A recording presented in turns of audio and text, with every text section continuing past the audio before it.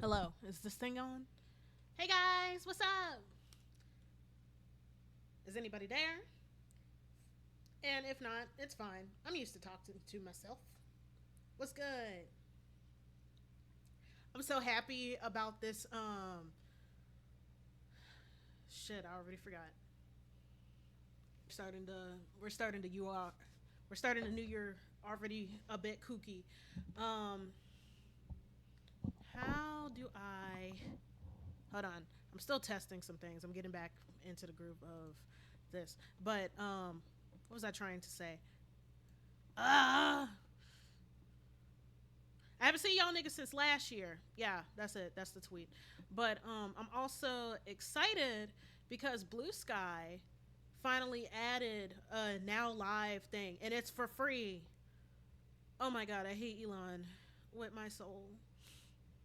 He's ruined Twitter. It's the fact that okay, talking about Twitter and using it. I started to get a Twitter because I used to have an art Instagram and now I'm trying to use Instagram because, yeah, I'm trying to use Instagram, guys, because where I live, everybody and their mom got an Instagram, even though I gave up on it years ago. And after that, I got a Tumblr, and then I had a Tumblr for like 3 to 5 months, and then the great NSFW post ban happened, and all this other kind of crap. Only for me to migrate to Twitter because I heard that it was pumping. And then Elon's bitch ass got his grubby hands on it because he hates his trans daughter and wanted to keep people from organizing.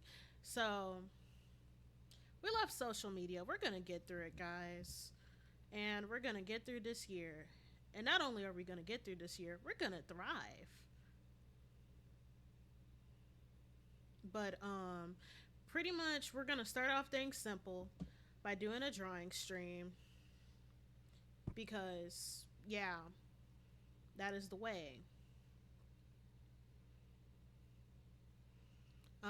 We're gonna try to draw as much as possible, and I think that my streams from now on are probably going to be a lot longer in the future because I'm pretty much going to be streaming um, once a week. But we'll see how that goes. I'll go into detail in a minute. So let's pivot. Did I buy the asset? Okay, I bought the asset. We're gonna be working on all kinds of things, starting with a warm up. I'm gonna draw one of my oomphs, one of my moots, cheeky lemon. Hold on.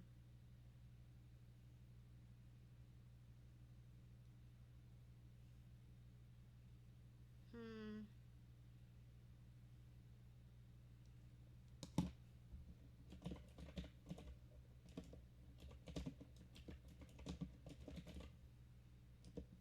I'm opening a new file. Sorry, I'm locked in. But starting simple with a sketch, we're gonna start by drawing one of my moots, Cheeky Lemon, who is a lemon lion VTuber, and she likes to cook. And one game that she really loves playing is Peak. If you've been in my streams before, we've actually played Peak together a couple of times, and she's way better at it than me. Like, I struggle, actually. Actually, let's start with the pose. I struggle at it, but like, Lim is practically an expert. Like, she loves that game. Not exactly religiously, but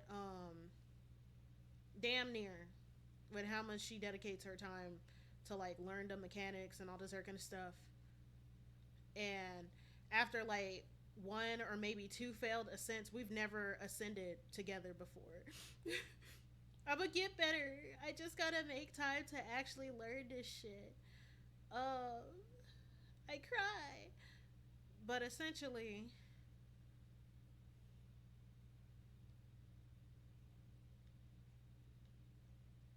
I don't even know how to. Actually, let's start with something more simple. I'm gonna just make a booty skeleton, right? And then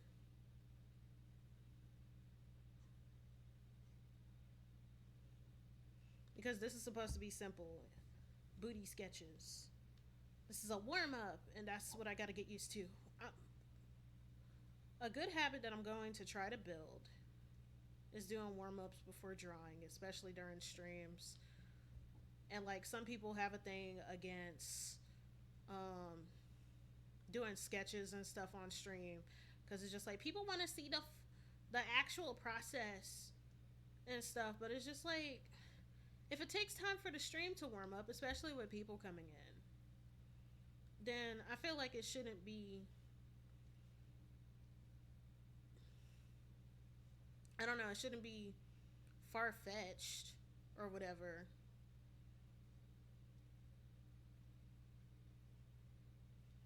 for people to like. I don't know, warm up themselves on art streams. But I don't know. I've yet to hear any complaints. Although that may not be saying much of anything, because I got lurkers on here, and this isn't a shit on y'all. Because if you don't want to talk, you don't have to. But also, I can't know if I'm doing something wrong if nobody tells me.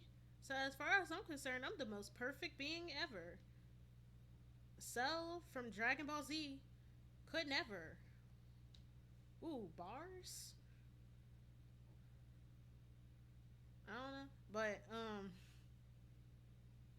actually no, the body is actually almost as wide as the head.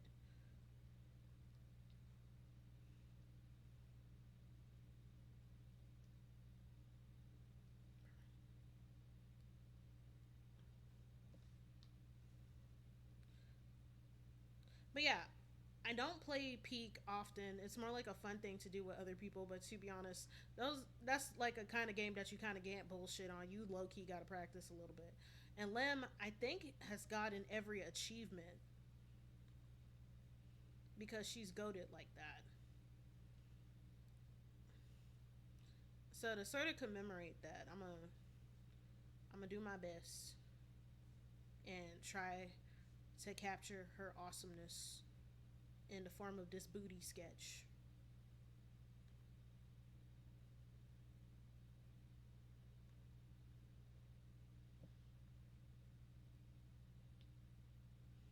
But how was y'all's break? With mine, it was half and half.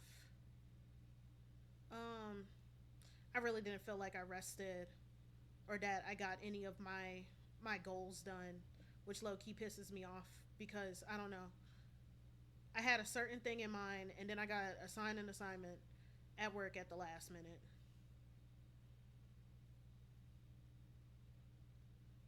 and I don't know. And I probably shouldn't have said yes to it. So pretty much my job was just like, oh, we're having a upcoming exhibit and shit, and we wanted to do a comic to do something for our newsletter. Can you do that? And I was just like, I'll try. And here's the problem with saying you'll try. People take that as an affirmative, like I'll do it, even if that's not exactly what you mean. Like I'll make an attempt. That doesn't necessarily mean that I'm gonna succeed at it because I've only made a comic before this assignment, right? Before this assignment, I've only made a comic once, and no, I'm not gonna show that in the stream because it is actually NSFW. So yeah, love me, baby, baby, give me bed, eat smooth. I'm sorry, I love jamming, but yeah, pretty much. I've only done one comic before. I can't even show that as an example because it is the corn. It is the cornography, guys, and yeah, but like I shouldn't have said yes to that because it's fucking winter break and I got school next week. And I was trying to like get stuff done for the new year, like get new graphics and stuff for the new year, because I keep talking about how I'm in the process of doing a rebrand, right? And you know, and I keep talking all this good shit because I can't show y'all everything. I'll say the two most immediate things that you're going to get a glimpse of for this rebrand actually is the Discord server and my new character sheet. And to be honest, it's more of a soft rebrand. It's just updating my graphics. Like I'm not changing what I am or whatever.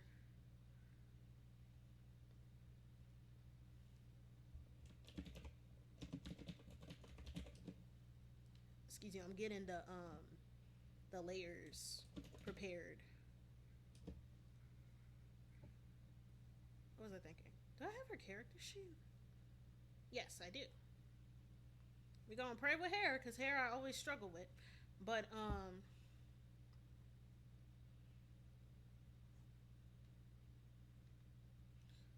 what was I saying again?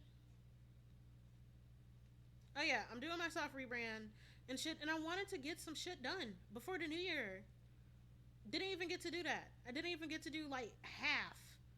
Like I was just like, yeah, I'm making a new Twitter and I'm gonna be transferring everything. Haven't finished transferring everything. Like it's high key pissing me off in hindsight, and I hate how I haven't been setting boundaries the way that I need to at work. And this isn't to like dump on y'all, but I'm just talking about life shit, right? Because especially if y'all are like in the younger crowd, me acting as if I'm old or some shit, but it's like at work it is very important to set boundaries, because once it becomes the expectation that you could do whatever or people can ask whatever of you, then you'll be stuck and stuff. And part of the reason why I didn't set that boundary is because I don't know, I'm in a weird spot right now where I don't know my standing at my job.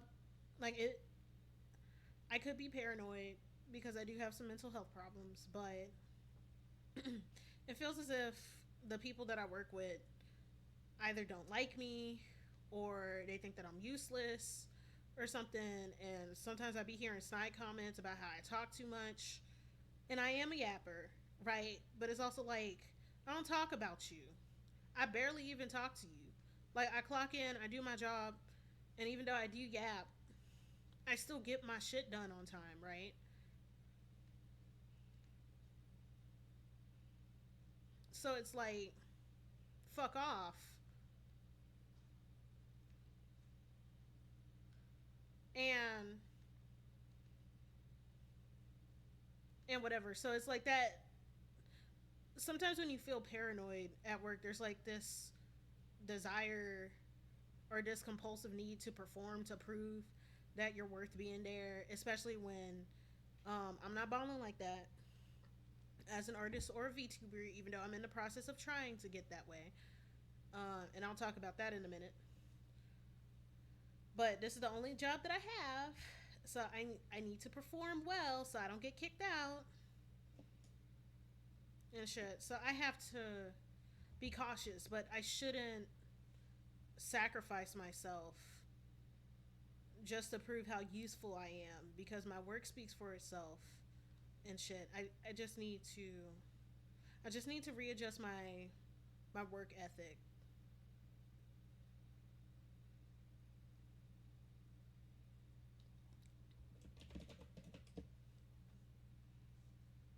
So we'll see.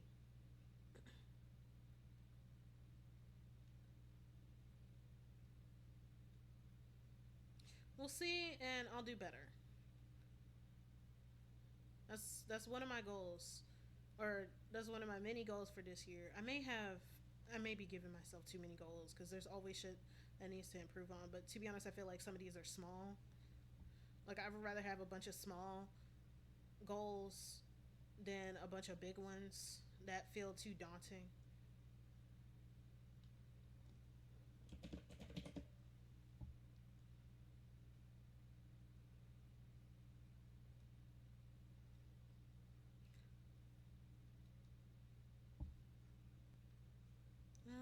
get rid of the hair.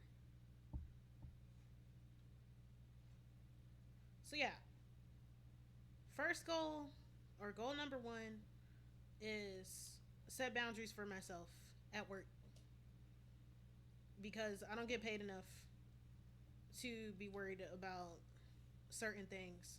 But however, that's still where I get most of my money from, so I still need to be careful.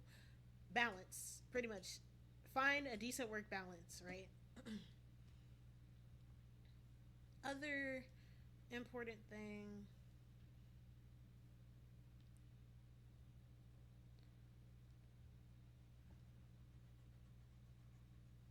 Oh yeah, another thing that I want to talk about on a semi happier note. So I started taking edibles again because damn it, I need it. And usually I do that like once a year. It's like a great cleanse, or at least I call it the great cleanse. Like I cleanse myself of all of my worries and shit that I've been worried about. Cause I don't do drugs unless it's prescribed to me generally. Cause I don't know, I'm stressed out a lot, and I don't want to get in the habit of doing drugs on a regular basis because of how because you don't want to become dependent, right? So it's like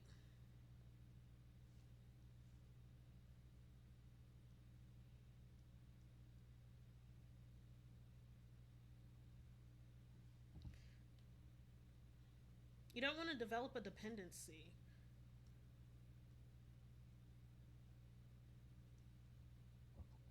So I only like do edibles like once every couple of months. Like usually at the end of semester as a reward for me for getting shit done or semi done because I'm not the best kind of student. And that's like it's a whole other problem. People are like, Jayla, you're so smart. But that doesn't necessarily translate to being a great student. It's not even that I hate school. I like going to school and I like taking classes and stuff. It's just sometimes this assignments are daunting, and then if I have to deal with that on top of work, I just need a better job, honestly. Cause like I be overworked, and for what? I barely get paid enough, and my classes take precedent, and then they begin an attitude when you say shit like that. So it's like whatever. Um, but yeah, I ordered a bag of edibles, and it's from this company called Bake Bags, not Big Bag or whatever. But and I was waiting for them, and they were actually supposed to come like at the beginning of January, and I was just like, where the fuck are they? I checked the I checked like the tracking number and stuff in the mail, and kind of find out they were actually delivered early. They were delivered earlier than I thought. So I was just like, where the fuck are they then? I go to the mailbox and they're not even there. So I'm like, what the fuck? Where are my edibles? Some either the mailman put it in like the wrong mailbox because sometimes they do that, which is annoying. Because like read the fucking package. Like it should not be hard to make a distinction, but apparently it is. So it ends up being hard anyway. But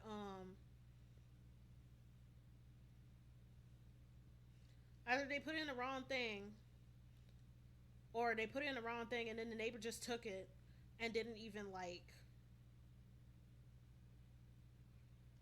think of like whether or not I actually wanted them or not. Well, of course I wanted them because I ordered them. They fucking took my edibles, man. So I had to email the company and be like, "Hey, can I get another bag? Cause some musty bitch stole my edibles, and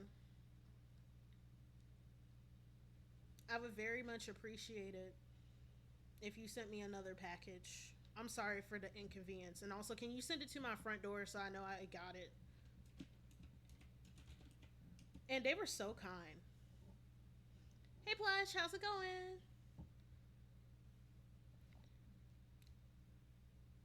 You can't hear me? Shit. Even whatever I do, hold on. me change the sound balancing. How about now? Let me ban that person. Okay. So I've been telling the story this whole time and nobody can hear me. I don't know how to do a proper sound check. Because I'm just like, oh, I'm fine. I'm not fine. Can you hear me now?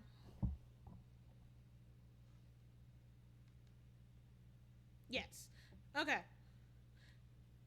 So since you're here, I'll just start the story over. It really wasn't all that long. Pretty much, I was talking about how break pissed me off because my job had me on a shitty assignment and how I need to start setting boundaries at work because it's not like I get paid enough over there anyway. And I'm in the process of looking for a new job. That's one of my New Year's resolution. Get a better job. And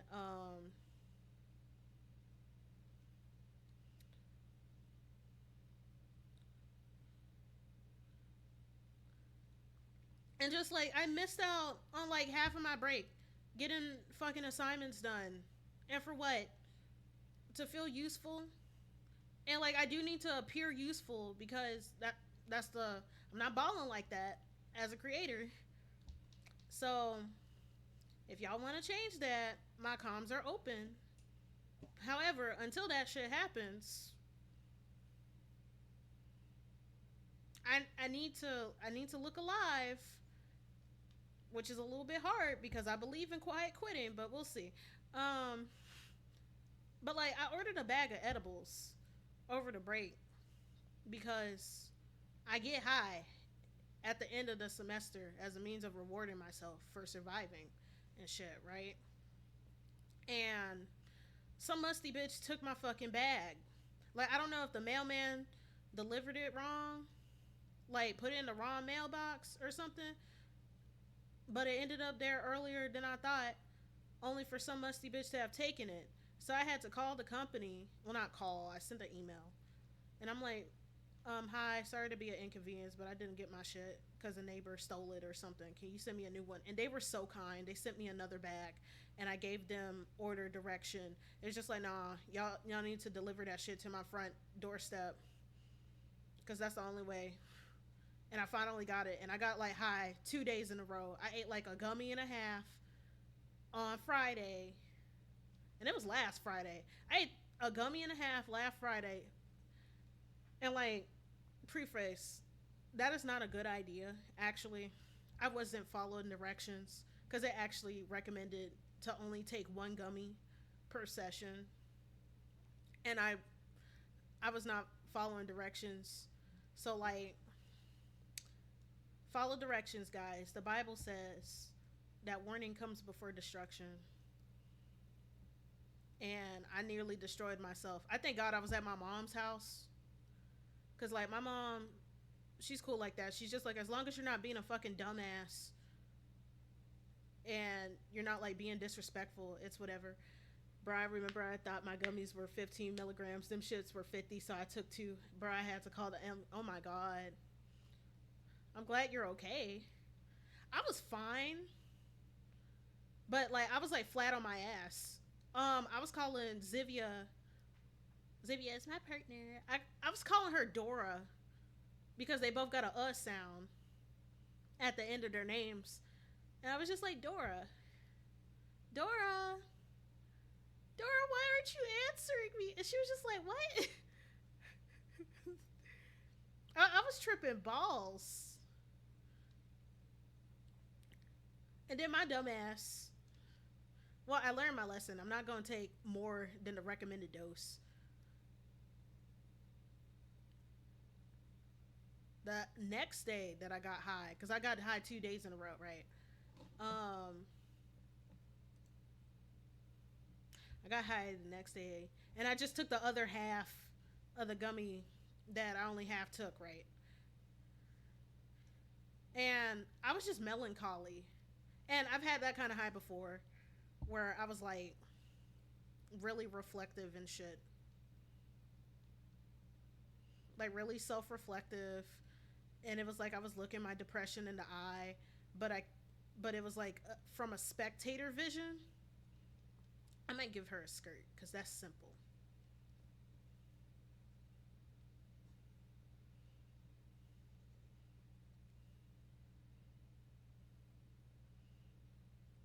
gonna give the skirt like a pocket because I feel like skirts should have pockets.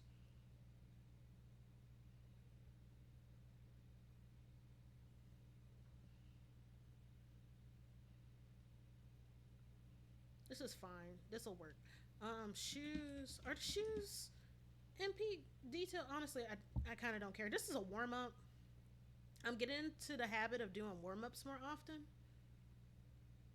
because I wanna because warm ups are actually good.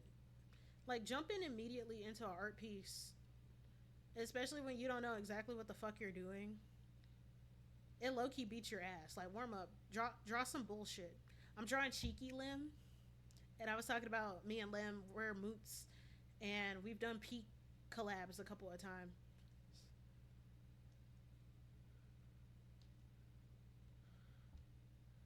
The fuck is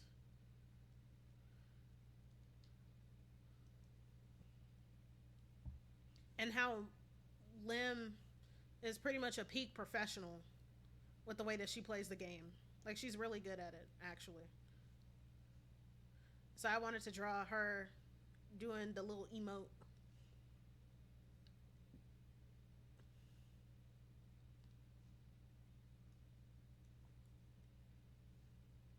But holy shit, being high. Um, I fucking told my Cypher session team. So Cypher, excuse me. So for those who don't know, Cypher is like simplified D&D, and even though that's kind of a shitty way to describe it, that's like the best way I can describe it right now. Like, because y'all are more likely to know D&D than Cypher, so it's fine. Basil will probably yell at me because he's just like, it's way better, and I agree. Like, D&D is fun, however, comma, sometimes it's fucking convoluted. But Cypher is like a tabletop RPG where you do character creation with a sentence. So instead of like picking class, background, race, and all this other kind of shit, it's just I'm a I'm an adjective noun that verbs. I'm an adjective noun that verbs. So I have a character. I need to add a sash. Hold on.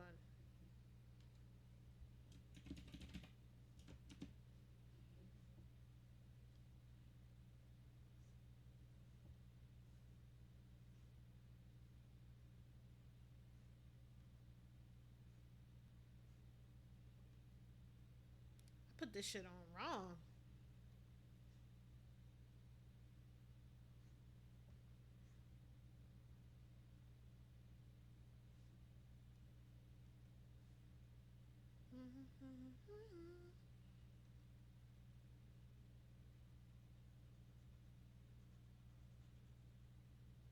What was I thinking about again? Oh yeah, adjective noun that verbs. Um, Let me know if I black out because when I draw, I lock in, guys. But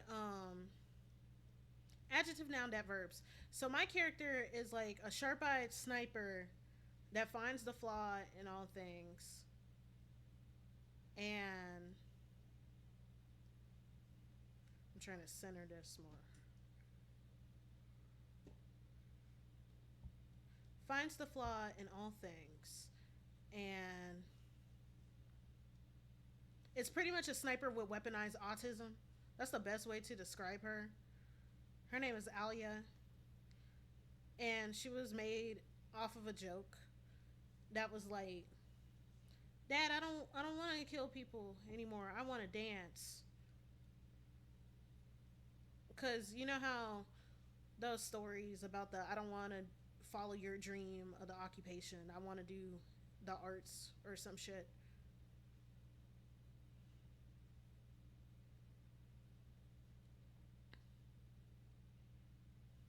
So it's literally that, but what if she was an assassin?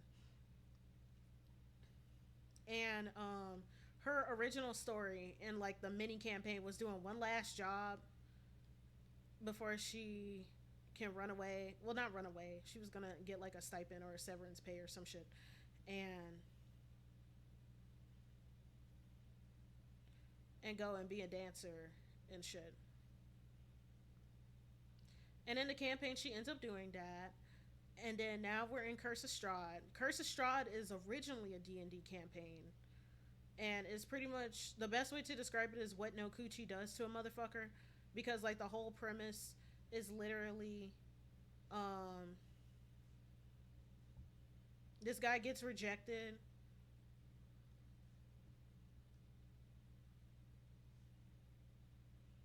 This guy gets rejected by a woman.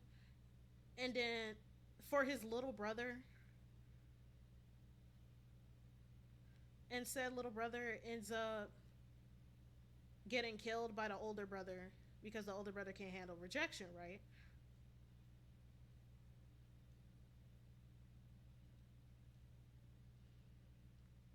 Like the older brother becomes a fucking vampire and shit and kills the little brother on their wedding day. On their fucking wedding day.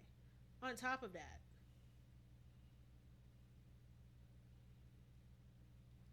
And then he curses the land to not have sunshine unless the woman that they both fell in love with marries him. And she's like, I bet. And she jumps off a cliff. So she keeps getting reincarnated.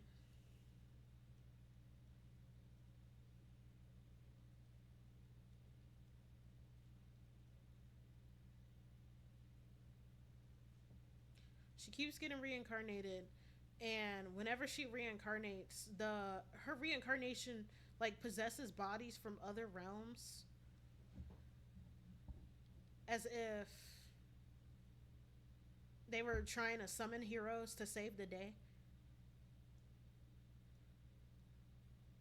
So yeah, um, we're the new heroes that got summoned to the world, and my character Alia, she ends up becoming a gunslinger knight, and there's like a whole lore with that. I'm not gonna go into all of the details. The thing is, the people that I meet with once a week to play this game heard about my edible thing because like when I found out that my edibles got stolen, I told them like I found out the day before our session. So when somebody was just like, "Oh, how's your week been?" and I'm like, "My edibles got stolen," and everybody was just like, "Oh," so they were like rooting for me and shit. So I had to tell them that guys, like I finally got my weed. So when I was high, I was just like, "Bro, I finally got my weed." And they were all cheering for me, but I was like really high. Like it's so bad. I be getting people's names wrong whenever I type. Like I can still type, but like there will be mistypes. Like there will be some missing letters, but you'll still it's I can't remember what that ability is called where you can still read the word as long as the first and the last letters are like the proper letters. But it was like that.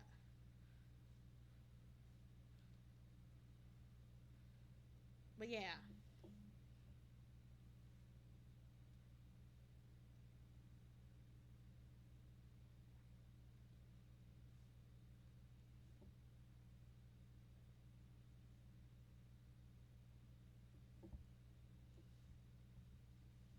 I should probably make the head a little bit bigger.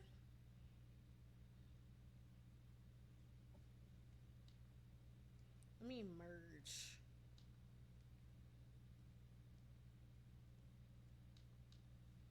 And then I'm gonna use the lasso too to make this bigger, and then it'll be done. As soon as I find a fucking lasso.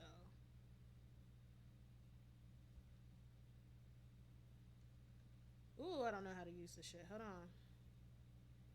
Oh, it's the magnetic lasso, which is like more dynamic.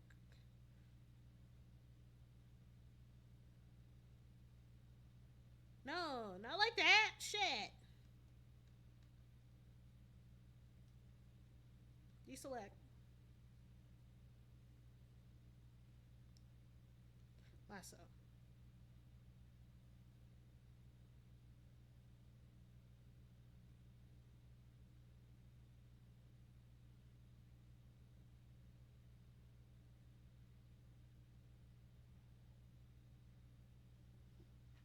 What was I thinking about again?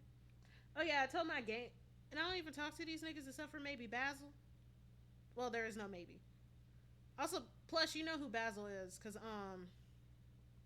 I actually plugged you for a streamer consultation thing, so you know of him. And apparently he's going through the same thing. Not like job shit, but not job shit. He is currently in the process of doing rebranding and stuff as well. So it's like, yay! All my homies in transition. So that's cool.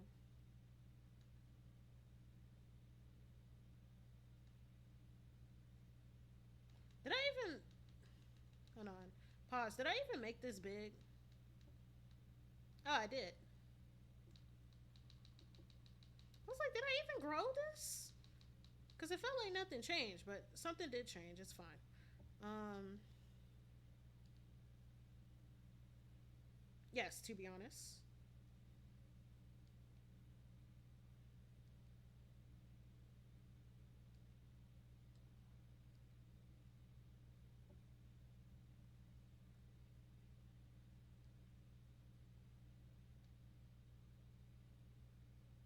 I think you either make the character's arm match her face or make her face the same yellow.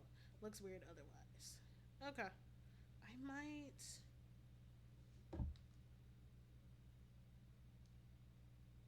Shit. Hold on.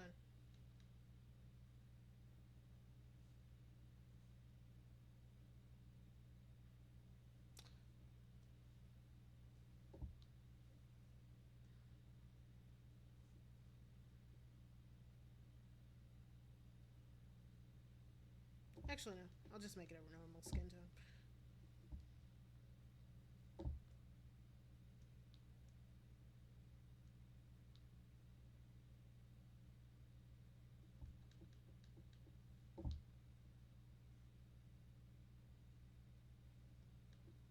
No, I did it right. Hold on.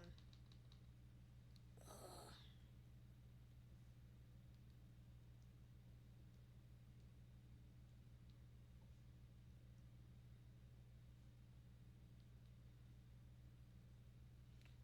That's what you get for coloring on one layer. Bad artist. I don't do that often. That's like a rare occurrence. Plus, this is a boo boo sketch.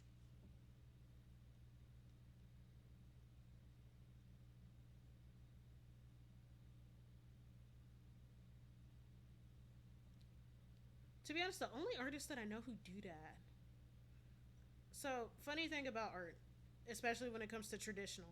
Um, if you start off as a traditional artist, and usually how you draw traditionally influences how you draw digitally, I usually do layers and shit, and I usually have very distinctive line work. And friends of mine, like Baby Blue Arts and stuff, be like, how you be having distinctive line art? But the thing is, I have a pen and ink background. Like that's how I got started. And it started in seventh grade when I took a pen and ink class, and I enjoyed the experience so much that it ended up sticking. When it comes to paint, I struggle. I'm heavy handed. So like blending is a bitch, actually. Like when I took my oil painting class last semester, it was hard because fuck. Because like my teacher is just like, yeah, don't paw at the paint. And I'm like, but I'm heavy handed. And like I still have to practice with my pen pressure and stuff because I thank God for paint pressure settings on the tablet and shit. But I'm trying to think. I thank God for pen pressure settings because oh my God, where would I be? But then when it comes to painter folks, because they're technically painted on one layer. Well, actually, it depends.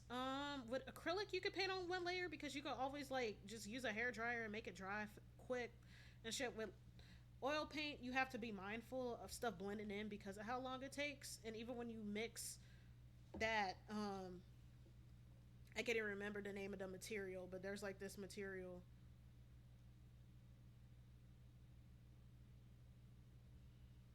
It's like a material that makes the oil paint dry a lot faster. I'm not gonna be all detailed about this because this picture is not what the stream is about. This is a warm up. And that's another thing that I have to remind myself with doing these warm ups. I'm like, you did not open the stream to do this. It's supposed to be quick.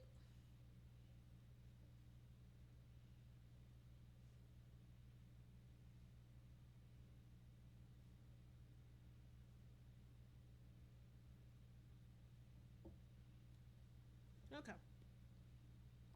we're actually done. But yeah, your background in art influences how you draw digitally if you start off doing traditional art.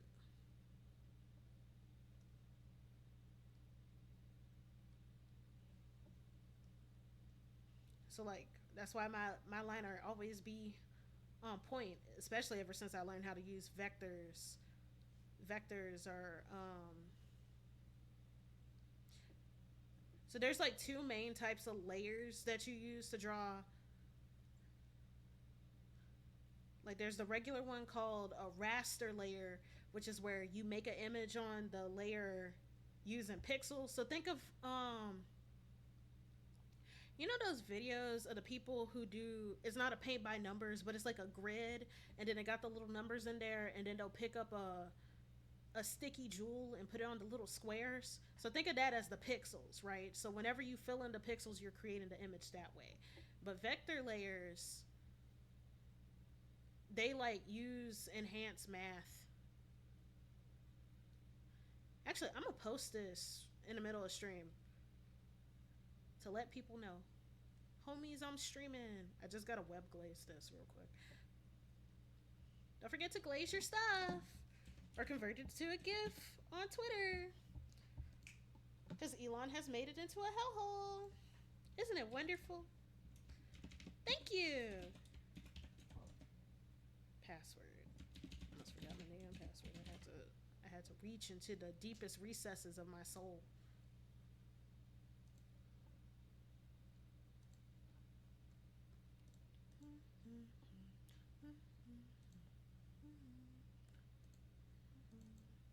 I also might update my streaming playlist.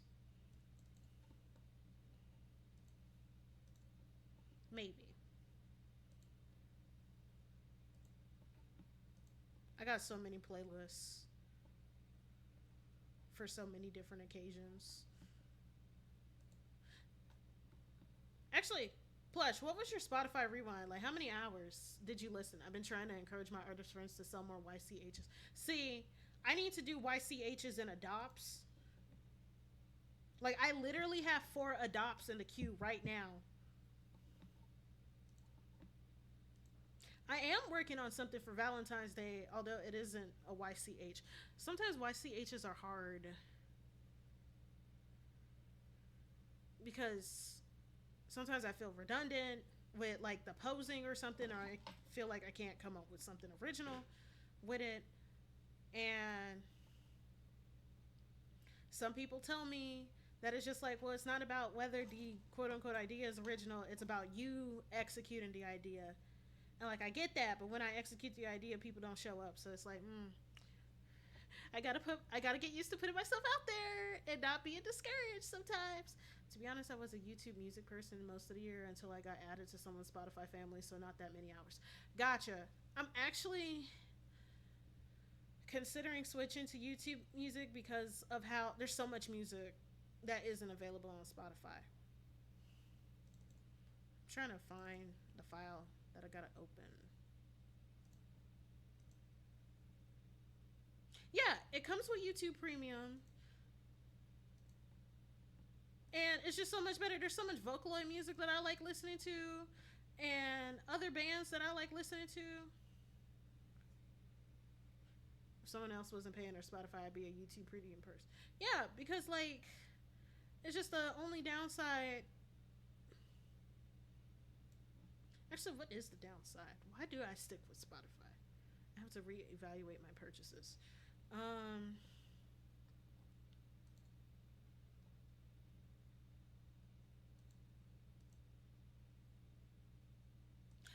not as interested in YouTube content as much, but then I listen to plenty of music. I guess it's the podcast. I need to see what podcasts are available on YouTube. And like not to be that person because it's just like you know, everybody's like you podcasts, but like no, um, I actually like my podcasts because it's the specific ones that I listen to, and some of them aren't available on YouTube for some reason.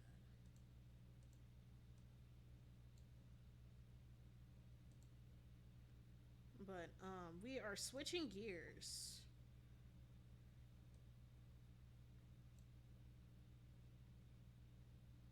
We're switching gears. So there's this new asset that I made.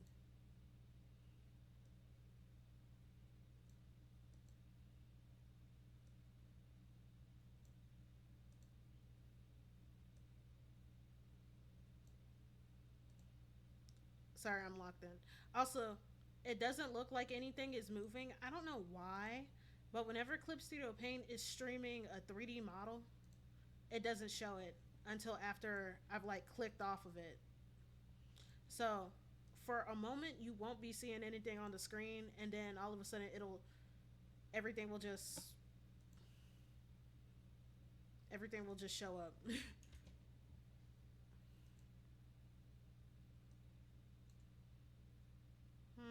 I'm not using that Archer post.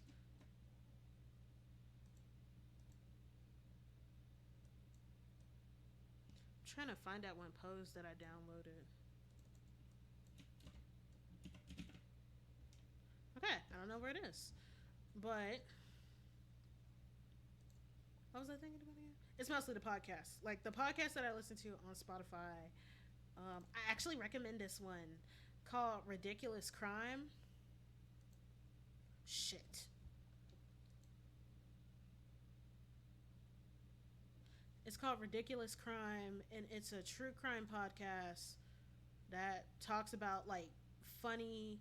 Well, it's not always funny crimes, but it's mostly like heists and scams and whatnot. And I personally like that podcast because I used to like true crime, but I got really bored and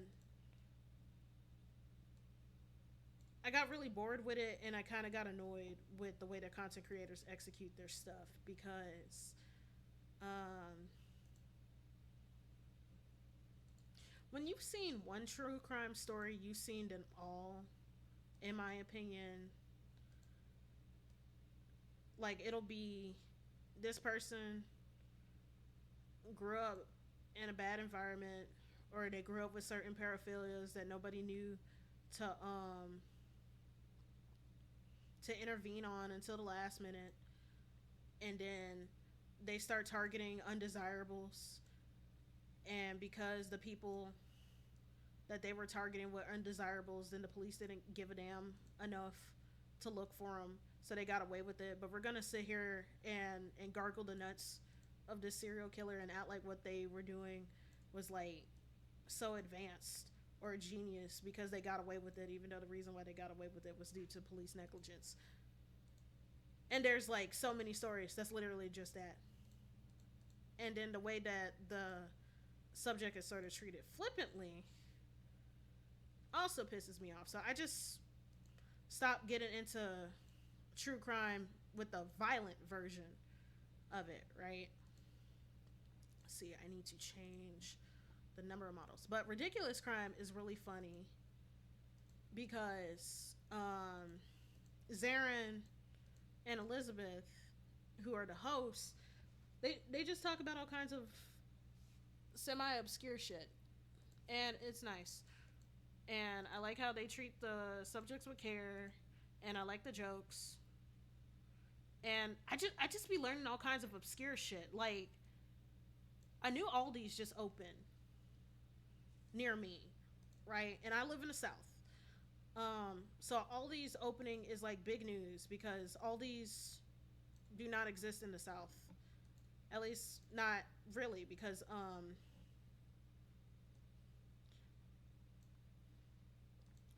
Funny thing about oldies. So let's talk about the oldies. Oldies was created by these two brothers that survived during the war, like during World War II and World War I and Two, and Great Depression and shit. So they wanted a cheap, convenient place for people to get their groceries and shit. Fine.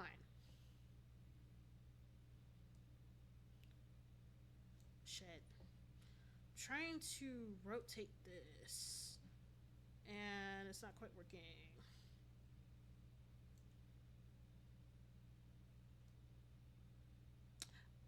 Actually, it is quite working. Fuck.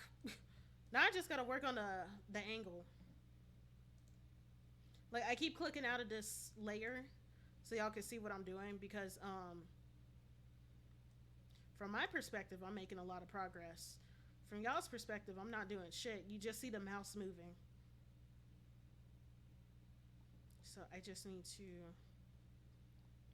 actually let me put the picture of Megan in there and overlay it on top of myself because this illustration will be of myself to advertise the new asset. And I'll show the asset when I actually start drawing it, right?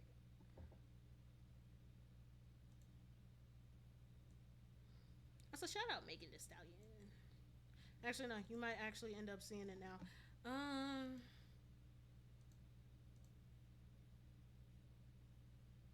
Give me a minute. I gotta add the thing.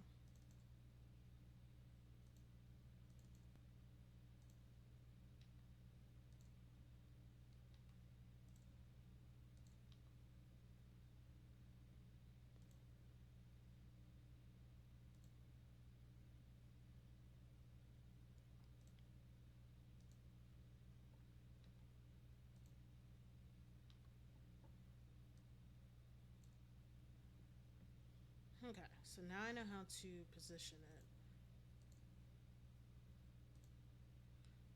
Friendly reminder, children. Never be afraid to use a reference.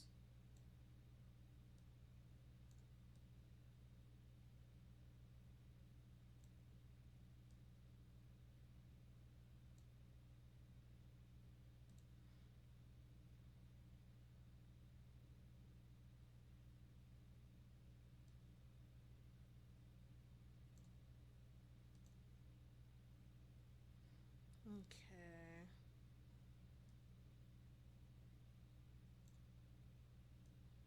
We did opacity just a bit more. So let's try this again. Let me lock this. Unlock this.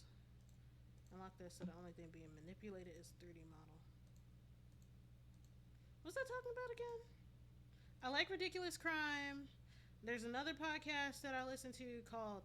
Okay, so she leans a little bit.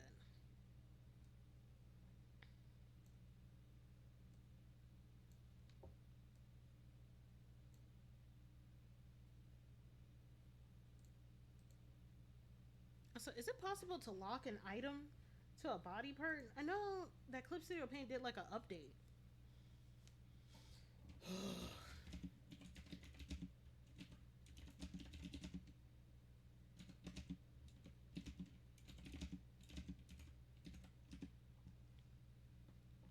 Locking objects to bones.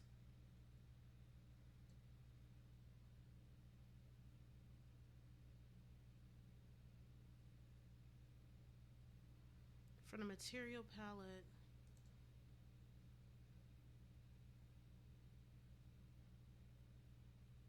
Drop it onto the 3D figures layer in the layer palette until you see a red box nesting it as a sub layer.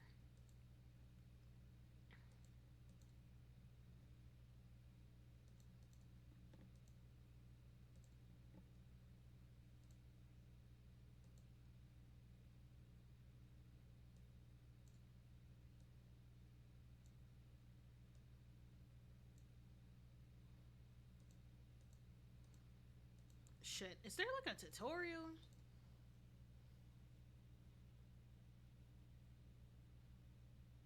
from the material palette and drop it onto the 3D figures layer. Set attachment.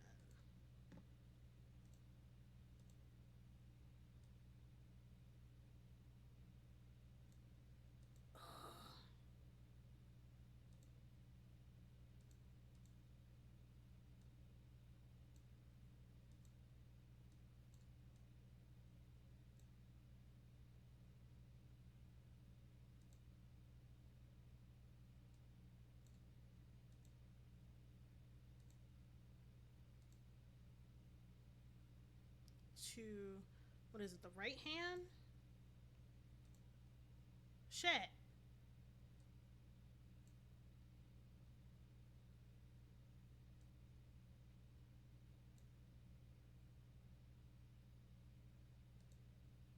Nope. Material palette, no.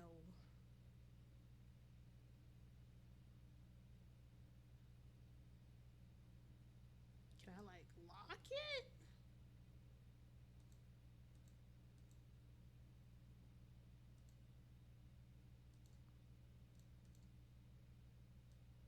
Okay, so I did lock it, sorta. That's fine. Okay, we're balling. We're balling, guys. Y'all don't see it, but like we're balling. Um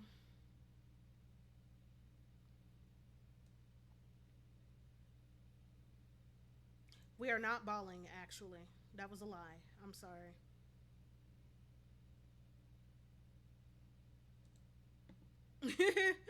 Y'all don't understand, like I turned it and I wish y'all could see this in real time. I don't know what settings to have. I don't know what settings to have.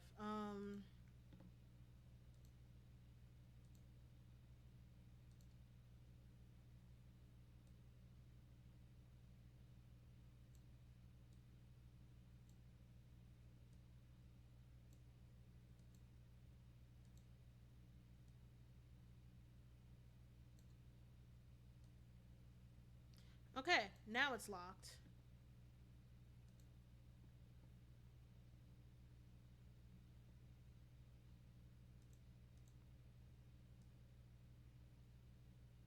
Okay, it's locked.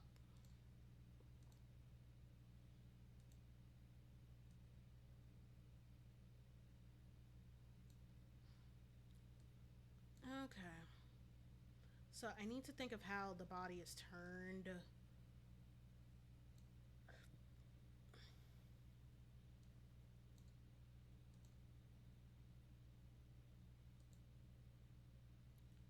The the arm needs to be more so in the front.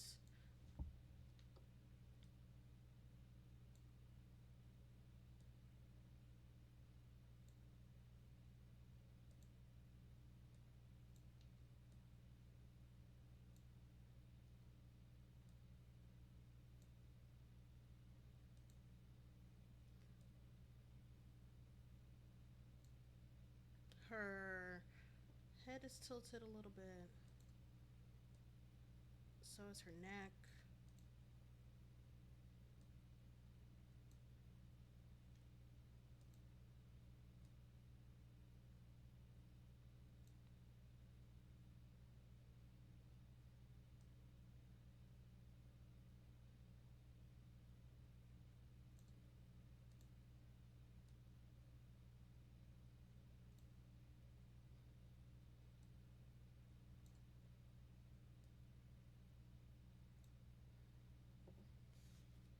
Okay. I still gotta remember to click out so y'all can see what I'm doing. Ugh.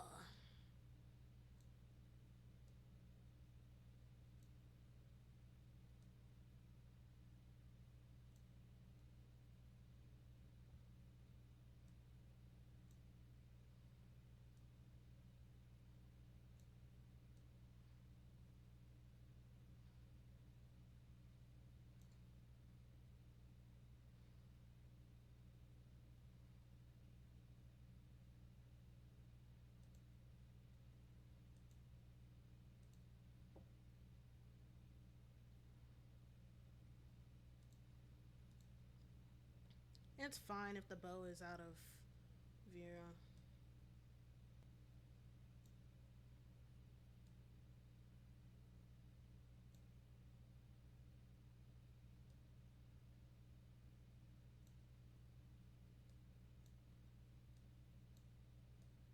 Ah,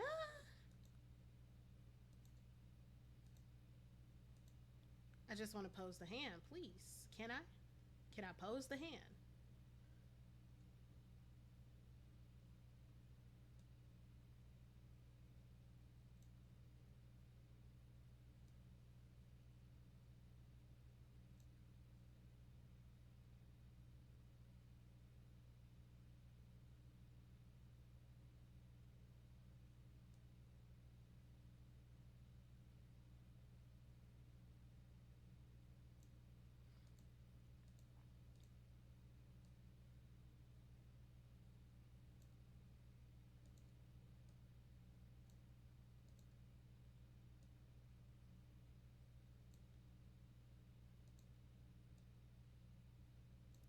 Tilt the head more.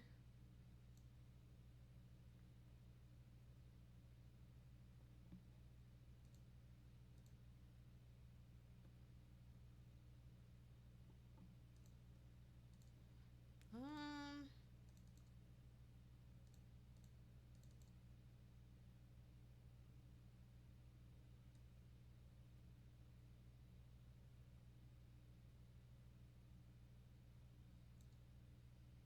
I wish I had an arrow. Let me save this. I'm gonna go to the asset store real quick because I need an arrow.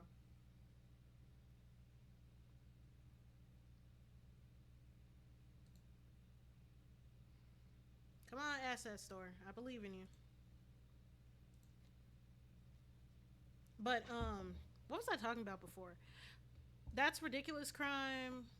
I also listened to Behind the Bastards, which is like talking about the history of shitty policies and stuff. Who follow? Hey Stoma, welcome to stream and thank you for the follow. I am in the process of working on a new illustration.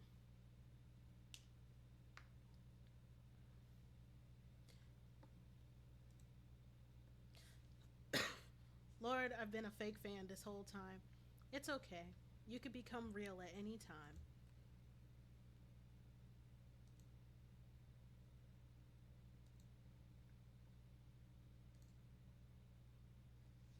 Um.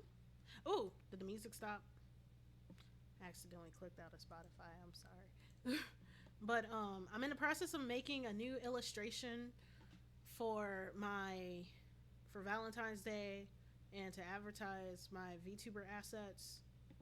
Ooh, I almost forgot to log in for the bonus. But how's it going? What's good? I'm going to the asset store because I need an arrow.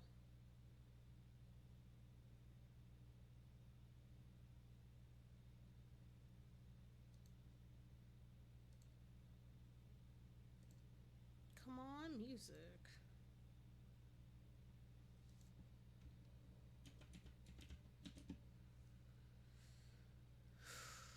Where's the bow?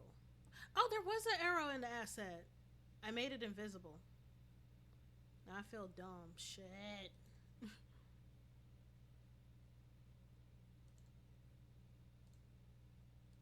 Hold on. Let's see. Object list. It's the arrow base. It's the quiver. That's the bow set. Where's the actual arrow? That's the arrow.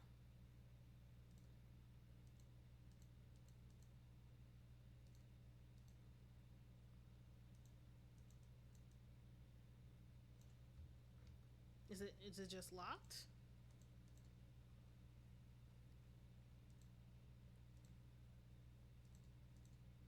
Ugh, okay.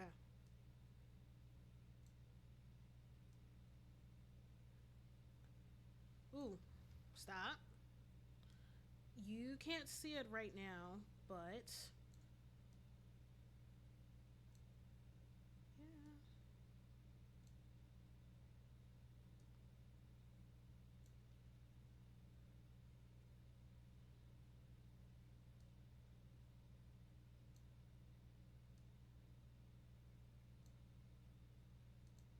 You can't see it now because Clip Studio be weird sometimes.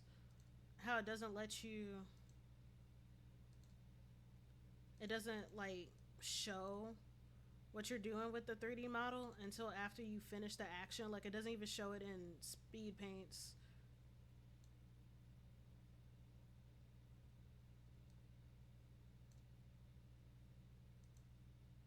Stop. Maybe I should shrink the arrow just a little bit. It's just these things are so fucking finicky and it gets annoying.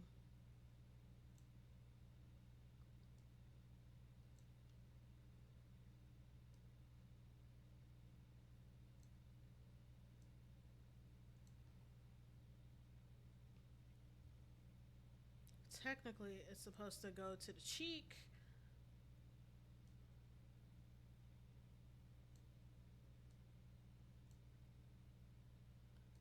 I'm trying to position the arrow in a way that could still show up the outfit because I'm finicky like that. Okay, I'm gonna lock these items. I'm gonna lock them because the shit get on my nerves. But as soon as I get the pose down, then I'll get the sketch ready. Cause I hope to have this done by the end of the week. But no, I was pretty much talking about earlier.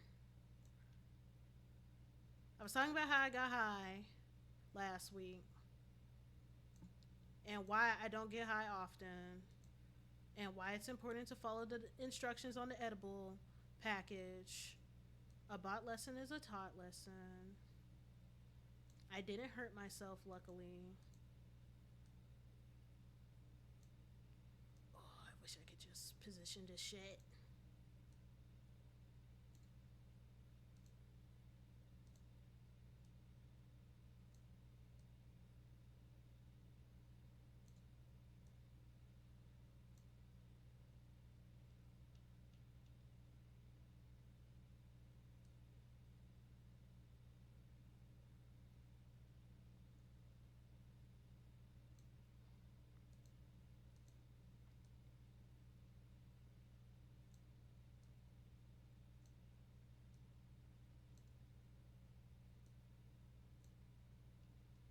This'll work.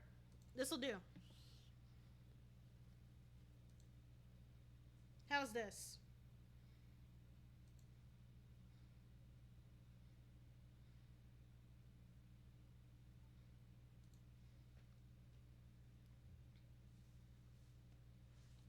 Also, I don't know why. Huh. That one chat would just been showing up weird. Oh no, that was showing up. It's fine. I had to test out a thing a while back. Actually, what time is it? At 1:15, which is literally just a couple of seconds from now, we're gonna take a short break because I need some water, and then we'll get on to sketching this.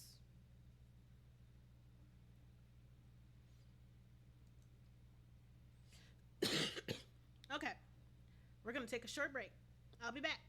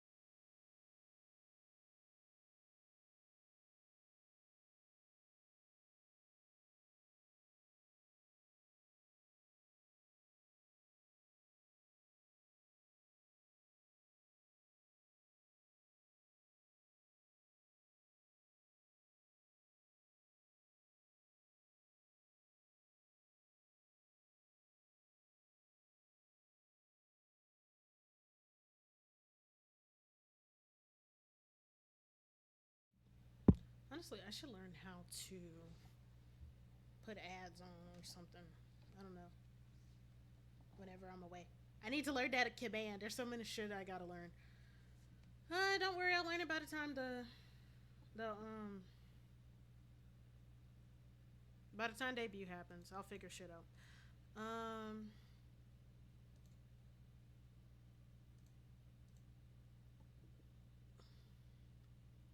so let's see. Let's lower the opacity. Turn off the thing. Lower the opacity.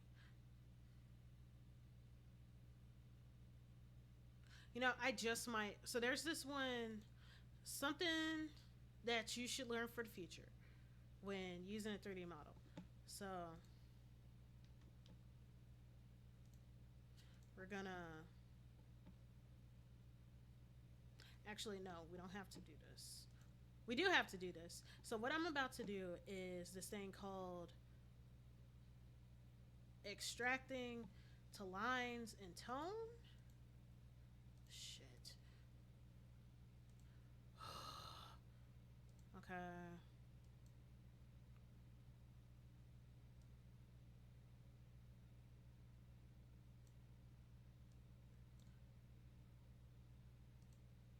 Okay.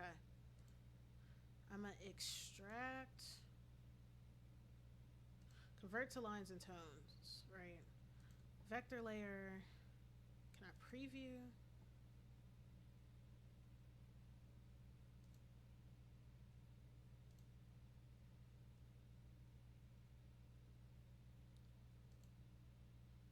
So vector layer. Can I turn off the tone?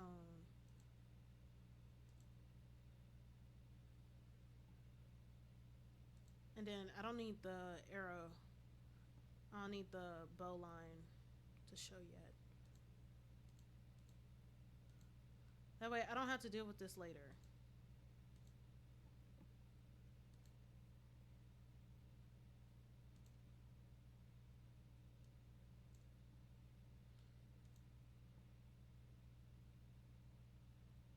And then we're gonna pretend that that string doesn't exist.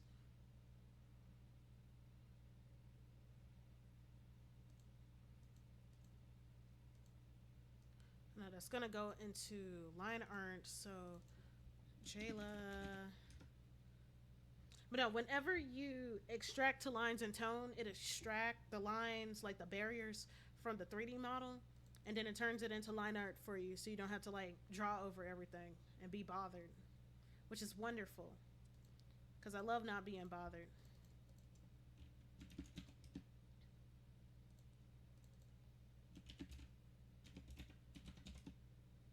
So bow, put the line art. So we're gonna sketch the body and the clothing. We're gonna sketch. We're sketching everything today.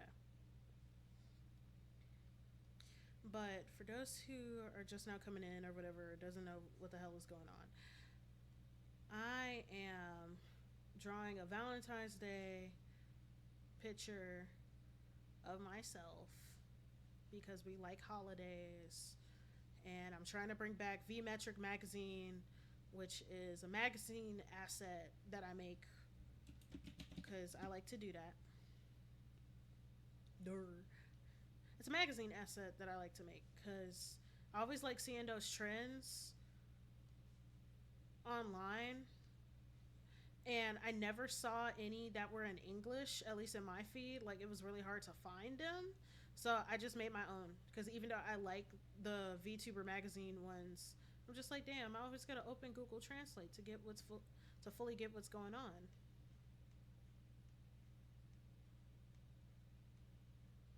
And like, I love magazines. When I was little, actually, there was a time where I almost wanted to do a fashion magazine because I was really into the Brats, and I liked the movie Devil Wears Prada, which was pretty much vent fic about one lady who used to work under Anna Wintour. For those who don't know, Anna Wintour, she was one of the editors of Vogue, and she works as one of the chairs for the Met Gala, which is also an event that I'm currently getting ready for. So lots of good things happening this year, right? I'm going to try to re-debut. Emphasis on try. Cause money. And I'm not spending money on everything. I'm drawing most of this shit.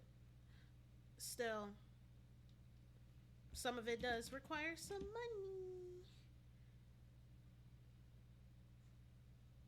So we'll see how that goes, guys. If y'all would like to help my, hold on, I still got stuff to do. Um, the other stuff is mostly getting organized, really.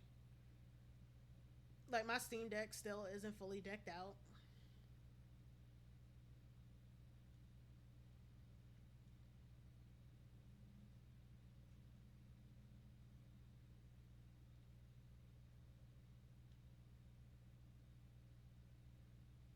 My Steam Deck still isn't decked out. So I'm still getting the hang of commands and inputting them all.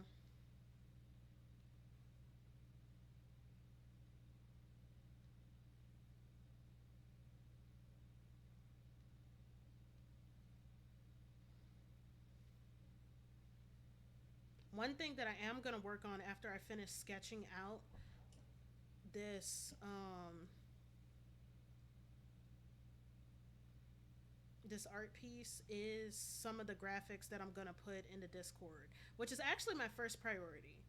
Um, I think that curating my community and having a space where people can regularly see me and like know when my commissions are open, even though they're always open, but it's just like friendly reminder. You get that paycheck, give me one. Uh,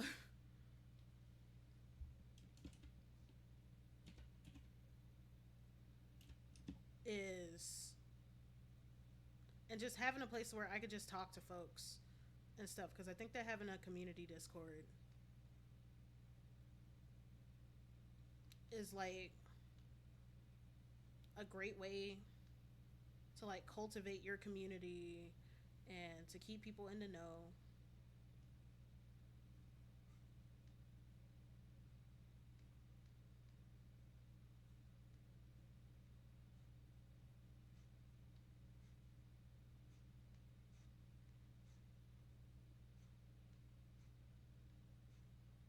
Hold on, let me put on some lotion. My hands are dry. I'll be back.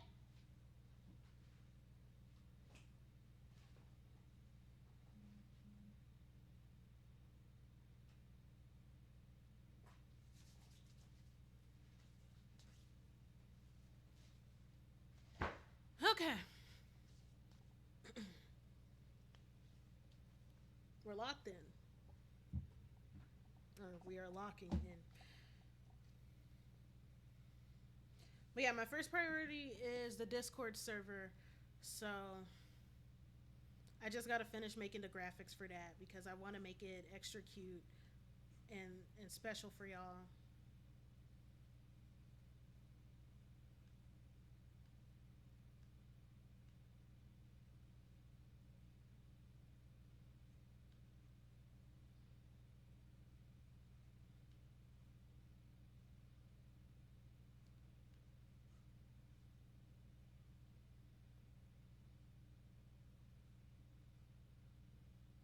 Why the neck always feel too small for this shit?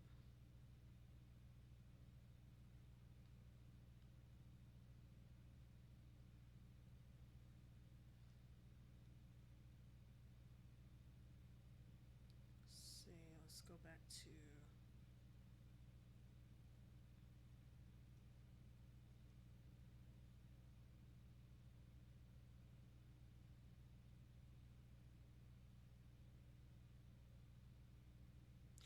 Let's see. There was a list of topics that I wanted to talk about because I was talking about fashion earlier with wanting to work in fashion magazines because of brats and the because I wanted to work with the brats. Well, not work with the brats. We know they're not real. Um,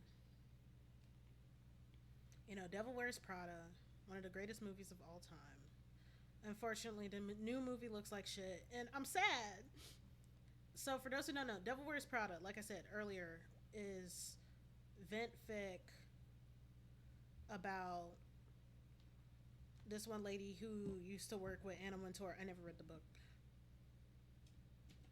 Left arm.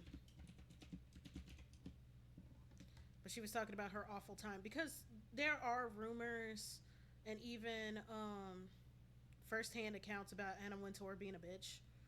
And on top of that, like, she's not the best of people. She's like a Zionist and shit. There's actually a lot of people who work in the Met Museum who have ties to Zionists. And it's not really surprising. Um, Museums have a really shady history, and they were usually galleries of conquest and stuff by rich people and by colonizer countries. And there's like a whole ethical thing about like taking artifacts and thinking that you're the best candidate for preserving these things compared to like the people or the cultures that these items came from. And something very trifling about stealing resources from the people that you conquer and then deeming them unfit towards preserving their own culture, right?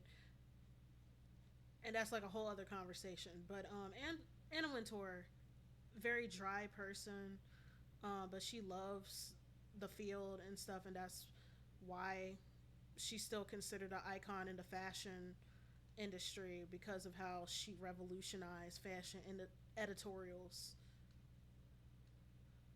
and brought fun to like photography and stuff in the field. So that's something to know about her. Devil Wears Prada creates this character named Miranda Priestley, which is pretty much a stand-in for Anna Wintour because you don't want a defamation lawsuit. And Andy, who's the protagonist, she's an intern who wants to become a journalist in general, and the only internship she could get is with a fashion magazine, and she doesn't care about fashion. She thinks that it's all superfluous and shit, and Miranda embarrasses the fuck out of her because, like, okay, I know you're here for an internship, but bitch, you need to act like you give a damn. And I agree because, like, there's nothing that annoys me worse than people who make, oh, I don't care for fashion as like their personality and stuff. Like, yes, I'm of the school that people should be judged for like their character instead of their looks because I hate respectability. However, like, fashion is a field that like studies materials and cultures and stuff and craftsmanship. There's a lot of great and wonderful things that come from the field. And also, like, you're not immune to being, I guess, influenced by these things. Like, just because you don't give a damn how you look doesn't necessarily mean that like you're more deep or profound, because look at you shitting on a field that you know nothing about just to paint yourself as a certain thing. And yet fashion is the thing that ends up influencing how you look, regardless if you put the effort, because like they're still putting out the materials and stuff. You're not making anything new because a lot of people don't make their own shit, right? But yeah, it's like a lesson in caring about the things that you typically wouldn't care about, but it's also like about not losing yourself, because Andy, as she started to adjust to the workplace and excel in it, she also started to conform to some of like the shitty culture aspects that the fashion world is known for. And she has to choose whether or not she wants to stay in this field, even though she originally just wanted to be a writer in general, working in journalism, not specifically fashion journalism.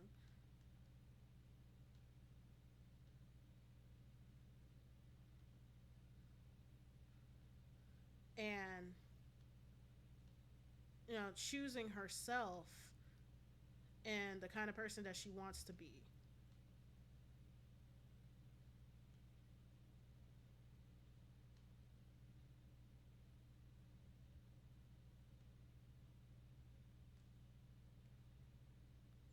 and it's a really good movie.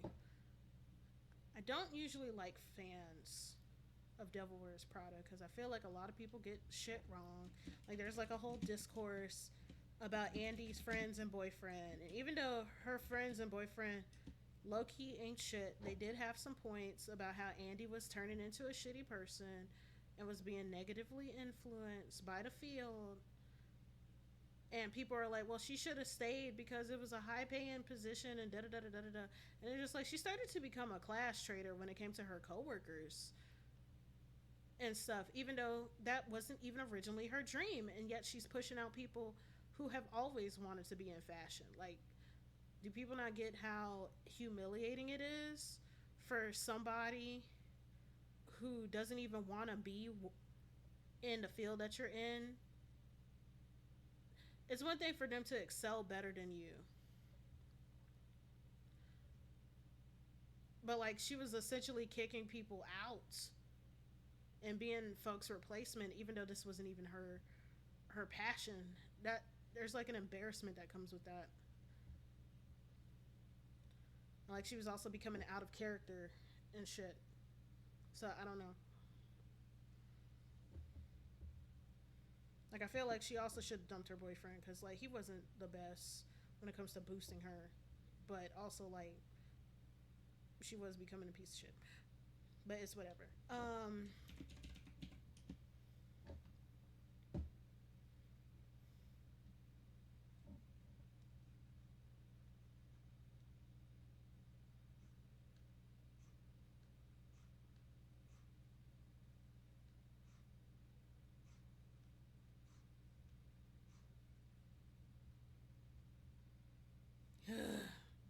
Okay.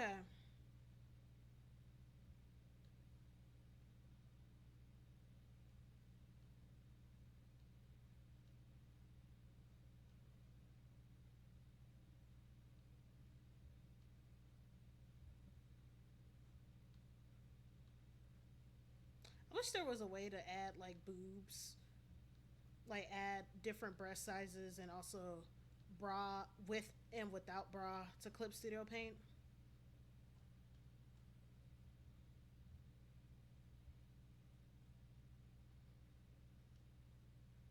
Because I don't know, I would think that would be a really great help. So I wouldn't have to like always guess what my boobs look like. To an extent, the boobs would be somewhat covered by the arm.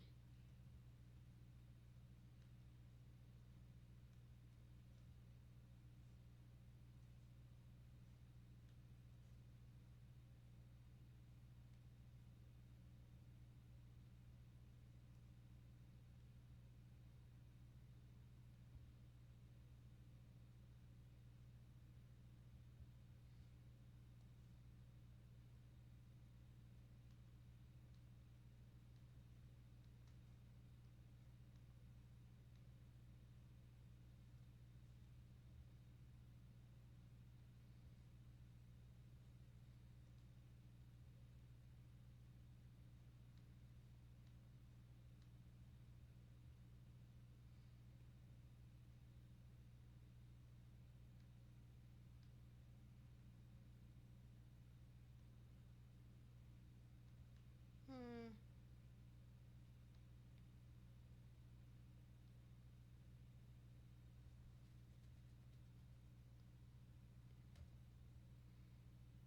Let's see.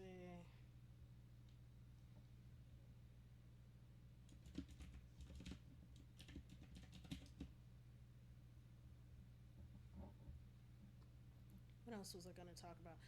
But another subject when it comes to fashion, right? Has anybody heard about the recent discourse about Barbie recently? For those who don't know, you know how Barbie has been doing its rebrand of inclusivity and stuff since like the mid to late 2010s, and I think it was in response to like all of the backlash. I remember when there used to be so many fucking BuzzFeed articles about about how Barbie is actually a shitty franchise and how it does nothing but contribute to the low self esteem of young girls, and how Barbie like breeds unrealistic expectations for women because of her unobtainable body, even though she's literally a fucking doll and stuff.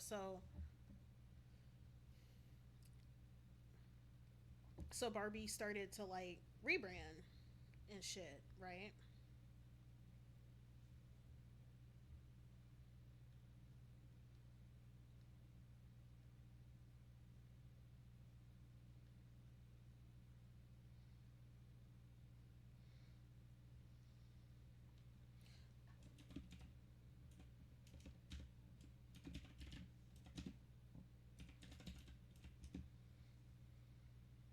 So Barbie started its rebrand journey where it would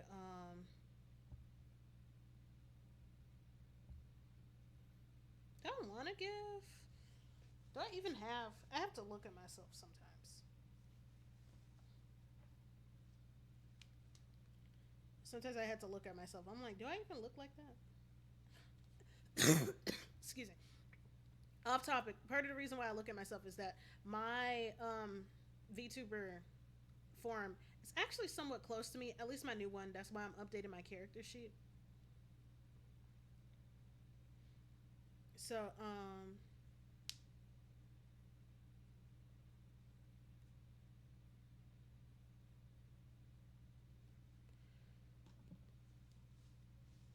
used to not seeing my rib cage like that because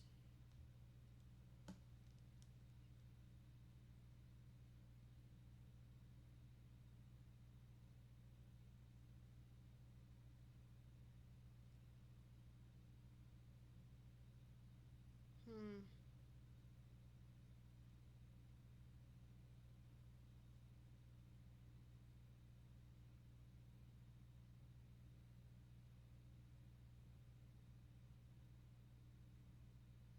Ugh.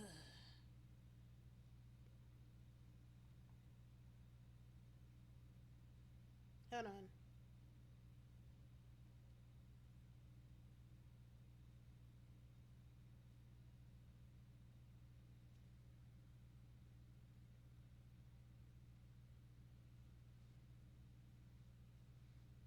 Now I definitely won't have.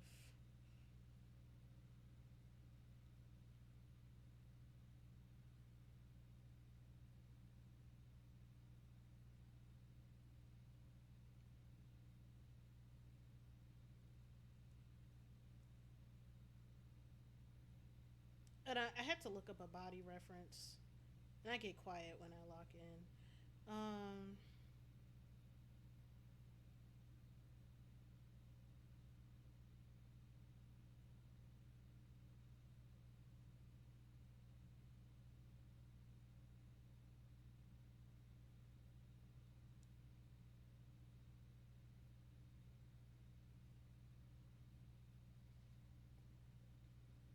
Yeah, since then they've been doing a rebrand, and it's been divisive.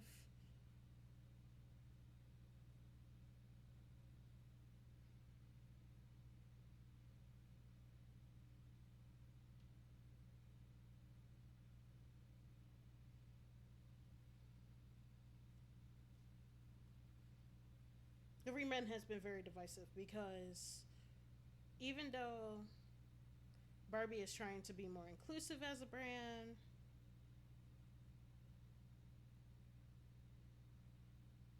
it ended up losing a lot of its fashion sense. Cause like, okay, here's my issue with Mattel. They're trying to be more relatable and stuff because of all of the critiques that they've gotten. Excuse me. They're trying to be more relatable because of all of the critiques that they've gotten about unattainability and stuff, and that's fair because Barbie as a brand was made to be like an example to young girls of what they can aspire to be, and you don't want them to aspire to be something that's impossible, right? At the same time,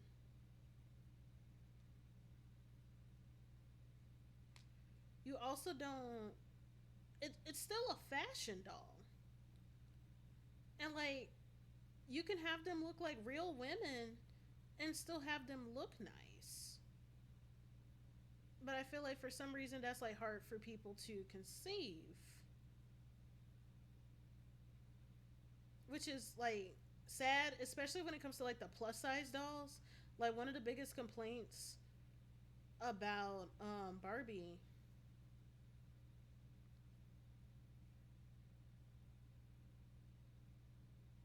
one of the biggest complaints about Barbie is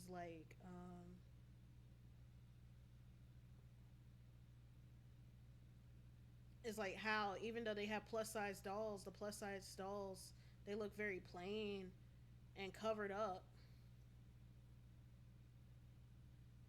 So it's like, what's the point? Like you have representation, but like you're still sharing, you're sort of selling fat people short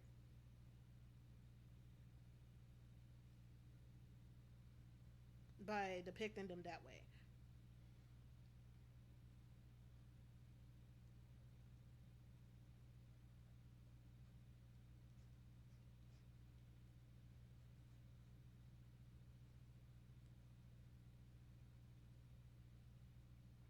So those are things that you have to consider. Like if every and they end up looking plain. And the point that I'm trying to get to, because the discourse that's being had is about the new autism doll that they released. They released a Barbie with autism, and it's just like, how do you make a autistic doll, right? Because autism doesn't have a look. And the simple answer to that is, what disability aids do autistic people have to use, depending on like what symptoms they have to get through the day? And what Barbie did was that they had like nose canceling headphones and a tablet for communication, because there are some autistic people that are either mute or limited when it comes to being verbal.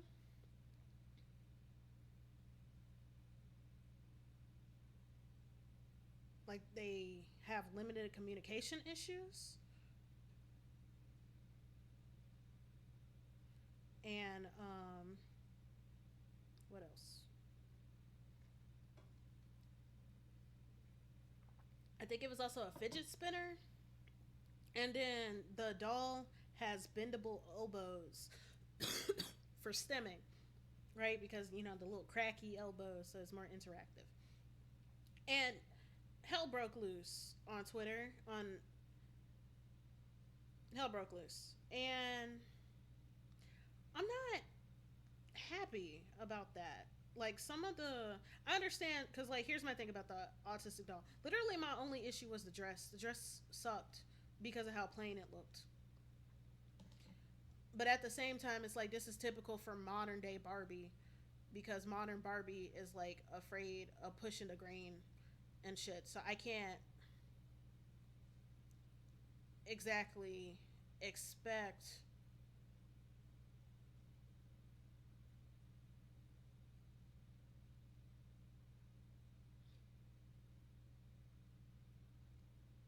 I can't exactly expect anything less, I guess, because if the Barbies are plain in general, then of course the autistic one is going to be plain. But something that upset me about some of the backlash is this one redesign that's been going around. And it's just like, this is what an actual autistic person looks like. And they look like a fucking middle schooler wearing pajamas and shit. And I'm not going to say that autistic people can't look like that. I literally go to art school. And the thing about a lot of artists is that a lot of us are neurodivergent. And I can name about 5 classmates that I have who look exactly like that. Who like be coming to school in fucking pajamas and stuff. But like, my issue with the design, aside from it being fucking AI, is that, like, how do I say this without being laterally ableist? Because I don't want to be like, I'm not like those autistic people, because autism is a fucking spectrum and it's all valid. But it's just like, why is it that the typical image when it comes to a neurodivergent character, they're either a sociopathic old white man who works in STEM, and then when it's like a girl, then she's depicted as like a fucking woman child. There's like no in between. That should just be so annoying. That'd be so fucking annoying. And I don't know. Because I'm autistic and I also wear a lot of graphics tees and excuse me. I'm into a variety of pop culture related things. So sometimes I do come across as quote unquote childish because I talk about cartoons and stuff. At the same time, and I really hate how like it's considered inherently childish to be into those sort of things because like adults like pop culture. Adults be going to Marvel movies and shit. You're a fucking nerd. I'm just into it on a certain level because of the way that my mind works, right? But like at the end of the day, the average adult is a fucking nerd. That's why I hate the word normies. Because people are like, oh, these normies are getting into our fandom spaces and shit. And it's just like, no, nigga. Normies are into the exact same shit as you are. They just don't revolve their lives around it. And with an autistic person, or with an autistic person, they can't help that shit. But some of y'all aren't even neurodivergent, and you devote your lives to like pop culture and media. So what the fuck does that make you? Like that's why I fucking hate fandom with certain things. But otherwise, back on topic. It's like people have this very infantile view of neurodivergent people. And even though some neurodivergent people do develop slower and stuff because it's a mental disability, right? It's not everybody. And also, like, not every person who's autistic is like a Roar XD Tumblrite and shit. Like, I don't want that to be the face of everyone. And then come to find out recently, like, somebody was posting the video, the unboxing video. Apparently, the Barbie autism doll was literally based on a real girl.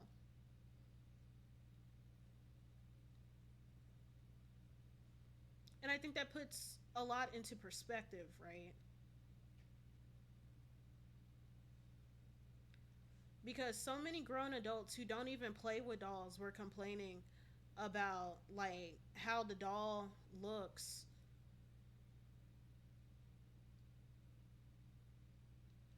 Grown adults who don't even play with dolls or who haven't picked up a doll in years was complaining about the aesthetics of the doll and all this other kind of stuff. And the whole time, this doll, like they had consultants and and this was based off of a real girl with those very symptoms and disability age that she needs to do shit. And yet, grown ass adults who don't even play with dolls, who don't have kids, were running their mouths. And I think that's the problem with why Barbie is the way that she is because you got like 30-year-olds who haven't played with a Barbie in years talking about how Barbie gave them a fucking eating disorder or some shit instead of blaming their shitty parents because that's likely what happened. I'm gonna be so for real. This isn't to say that a fictional character, especially being surrounded by certain imagery, can't make you feel a certain way about yourself because it definitely can. It's just that like there's studies about how fashion magazines, because they were altered versions of real life people, how those tend to have um, a stronger influence, and how, especially depending on your demographic, like certain demographics don't have positive relationships with food because of stuff like food insecurity. There's so many factors that go into like how a eating disorder forms. But it's just like you got grown ass women being hung up over not being able to look up like Barbie and they haven't played with a Barbie in years, and they were dictating the conversation instead of like parents, people who have kids. Because like a bunch of Monster High fans, for example, be getting so pissed off about like how the bodies aren't thin anymore, even though parents were like, hey, these bodies are too easy to break, and I don't want my kid breaking these.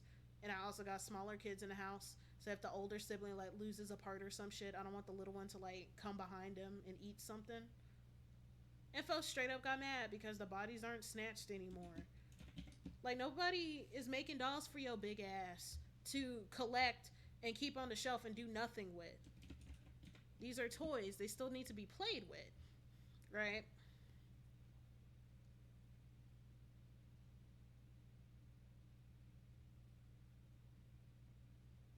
So it's just basic things that sometimes get a little bit annoying.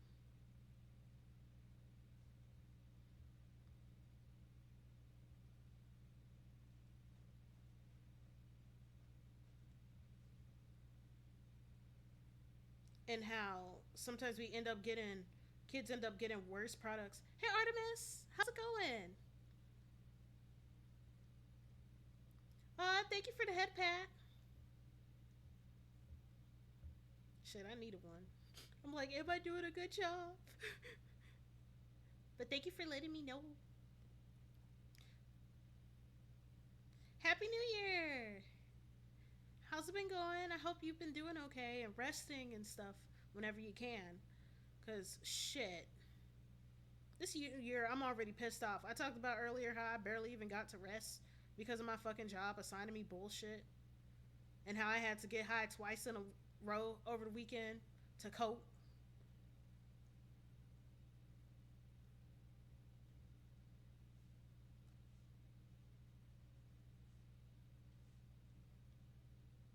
But I hope that things are going well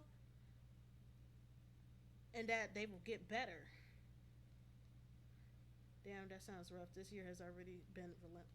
Yeah, like shit. I won't even be able to. I'm trying not to bitch too much because honestly, I have been complaining about random things. But it's my stream, so I'm gonna talk shit. Hold on, I gotta take a picture of myself. That's the best thing about basing your VTuber off of yourself. You always have your references on hand, even though it may not be entirely accurate. I still gotta improve a bit. Also, gotta make these damn eyes smaller. Like I always be giving myself these big ass fish eyes because I'm a jellyfish. Yeah, I got the idea from CL because I really love the Lover Girl song actually, and I'm so happy for Meg because like she's been through way too much, and it's nice to know that she has a partner that's really good to her and stuff, and she deserves the world because holy fuck.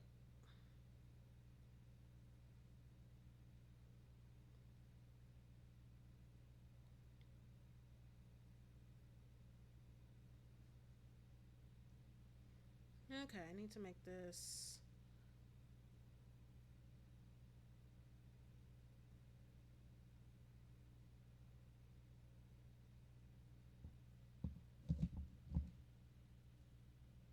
It's a little bit too wide.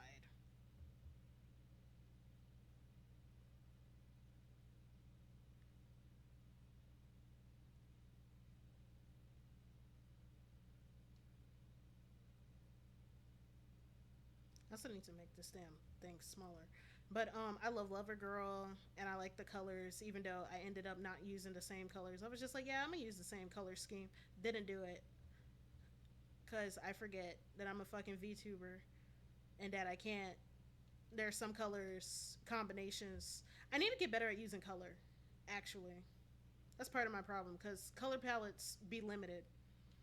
Like I will use no more than four.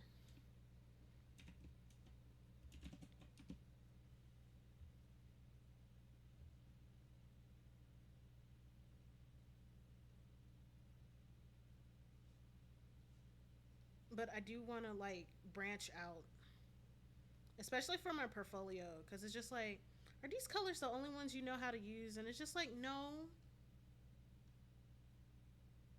I just don't like the other ones.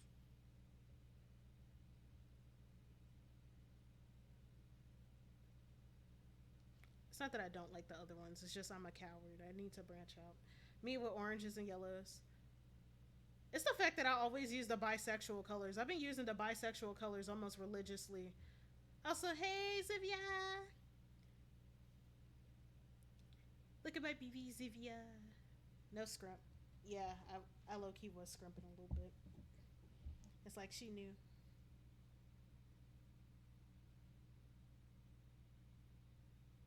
I think one of the things that I want to get is like a mic stand so I don't have to bend forward to use my mic because that's part of the problem. Because even though I can project well,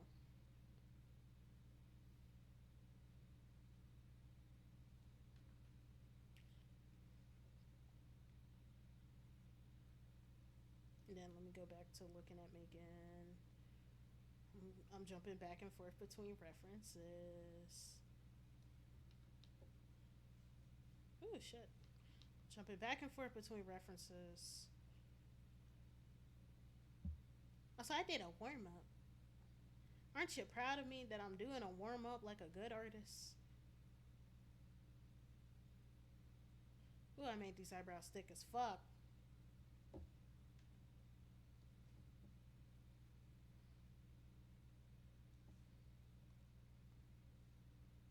Now my brows are not that thick.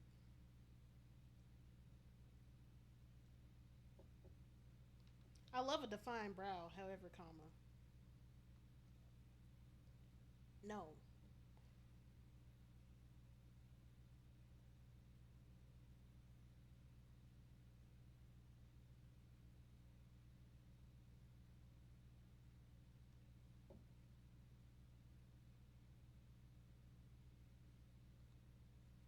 Happy force existing around the world to you as well. I mean, it's only first when you first come in. You choose to stay. Okay, I'll hydrate. And every day you choose to stay is a blessing. Okay, I gotta stretch. Ugh, shit. Hold on. I'm gonna put on a timer. I don't know how to put on a timer in the chat, so y'all just gonna have to sit there.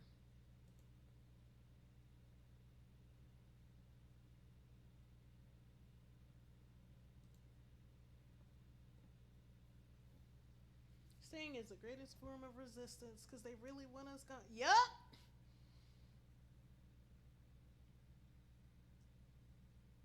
6, 7, 8, 9,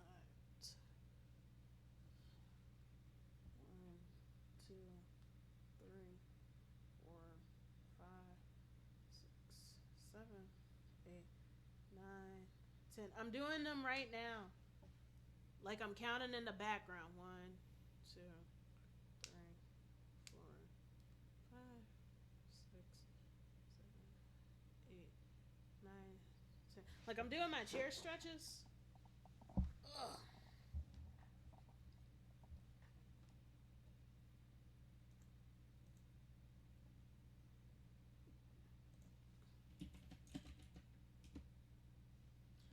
The background music is still louder than me. Okay. I gotta work on balancing.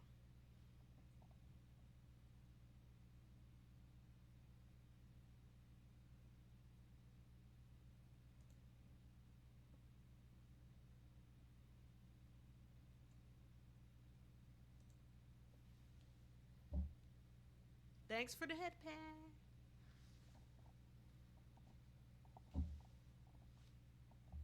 Did it not work this time? I think the general range for music is the green zone and vocals in the yellow. Shit, my vocals are in the red. I just gotta do some testing. I gotta do more testing. Also, I need a mic stand, really. That's like the main problem. Because I think it's the way that I'm seated away from the mic. I'm about a foot away. Oh, thanks for the smooches. I forgot. I gave myself this redeem so I could give. Okay, I give you kiss. Mwah. I forgot that I.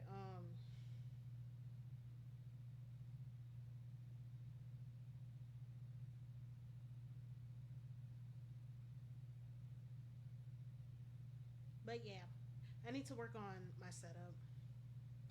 That's one of my goals. I got so many goals. I do not want to be bothered with them. And for what stream? I don't have the bomb thing yet. I don't know why the fuck I put these redeems in there knowing that I don't got shit set up. So these are just empty threats to me. Congratulations. You don't scare me. Yup. You wasted money. Congratulations. Still have 6K. Okay, nigga.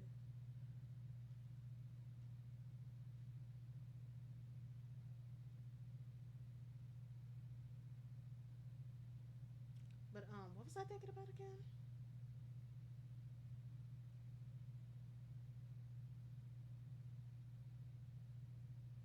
I got so many things on my to-do list when it comes to like stream setup.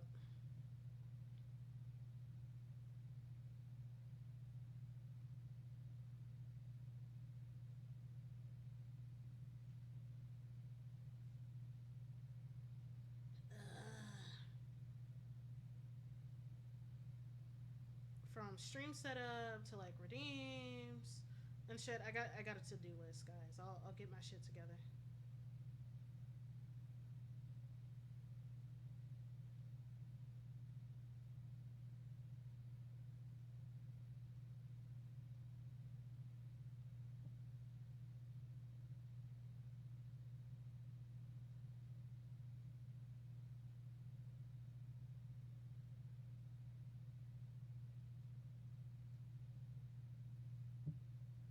There's no pressure. Nah, it's pressure for me because I would like my streams to be fully functional.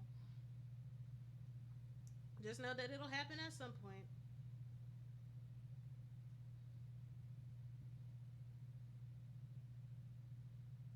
Um, ears.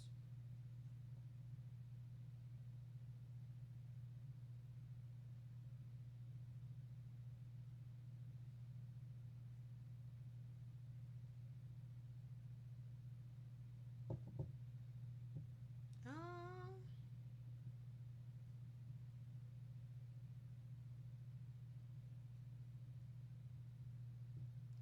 hair,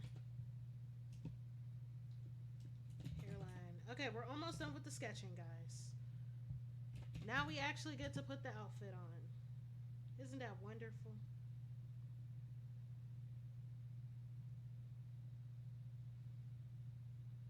I just know the picture that I downloaded. There's a different hair picture. This is the one.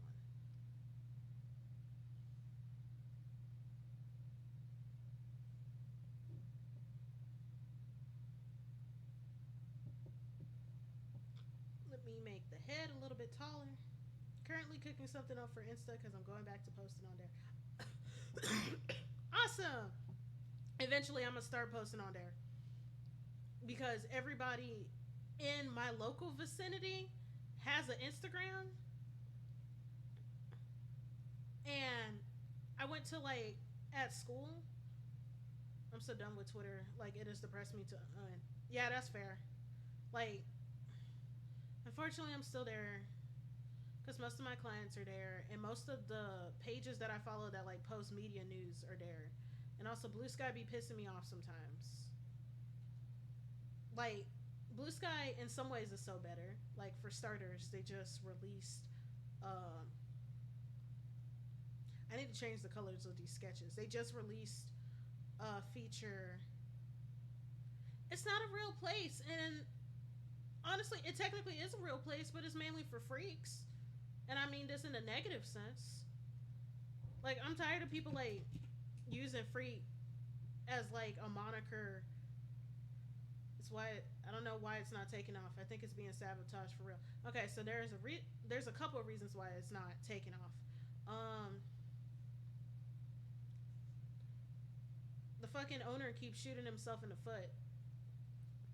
That's the first issue, right? The second issue is the predatory behavior that it keeps protecting on that fucking site. And people are like, well, people are predators on Twitter. And I'm like, that's for real. However, comma, why would somebody move to a new app knowing that there's predatory behavior, right? If Johnny had three apples,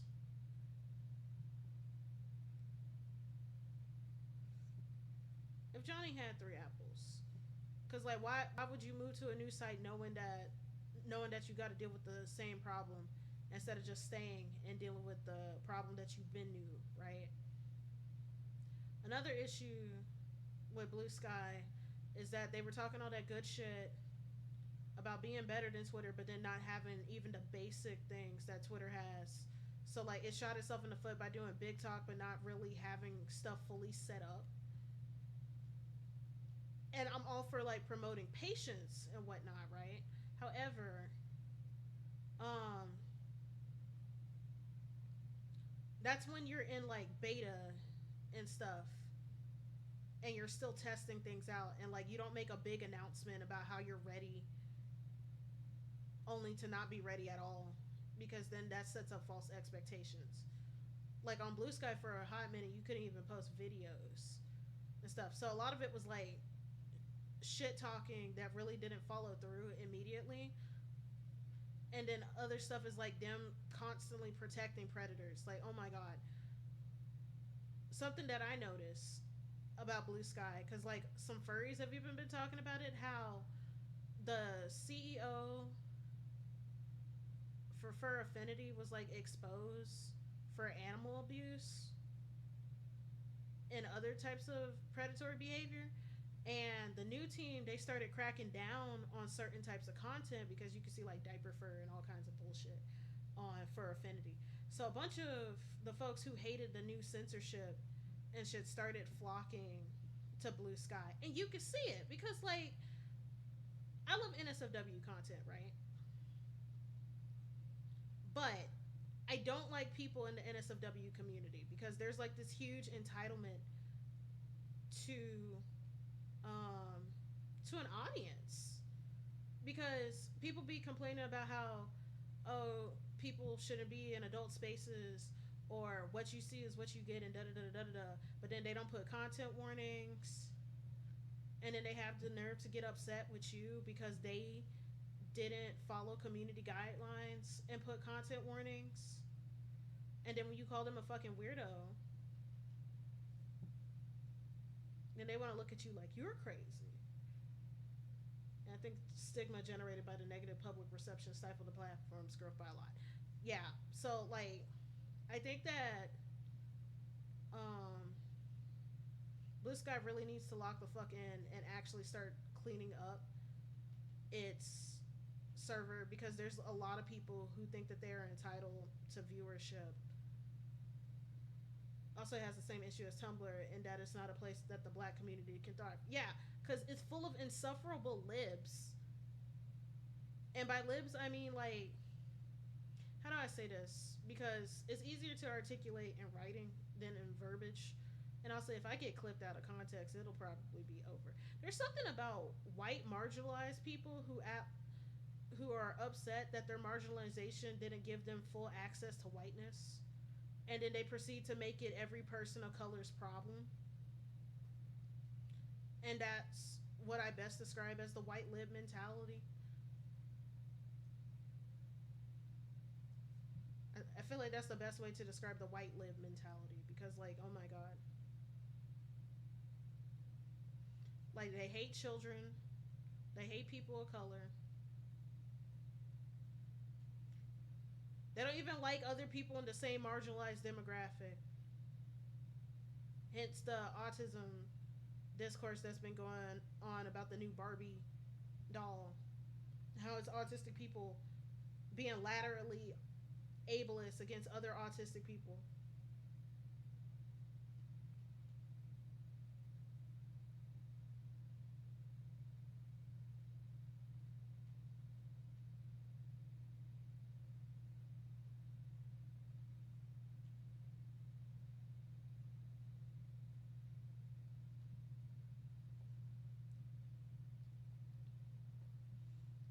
There's also the opposite issue where people's marginalized does not give them full access to blackness. Yeah, but I feel like that's more like the people who aren't given full access to blackness aren't necessarily bitter in the same way, because when people aren't given full access to blackness, like say black nerds or whatever, they make it other black people's problem. When white people aren't given full access to whiteness, they make it everybody else's problem. I remember someone not liking an update to the BS rules at some point because they thought all the smut posts would be removed because people already abuse the system. But I'm over here having to report untagged diaper fetish shit on the regular that I'm forcefully exposed to. Yeah. And what gets on my nerves about Blue Sky's tagging system is that even when you tag yourself,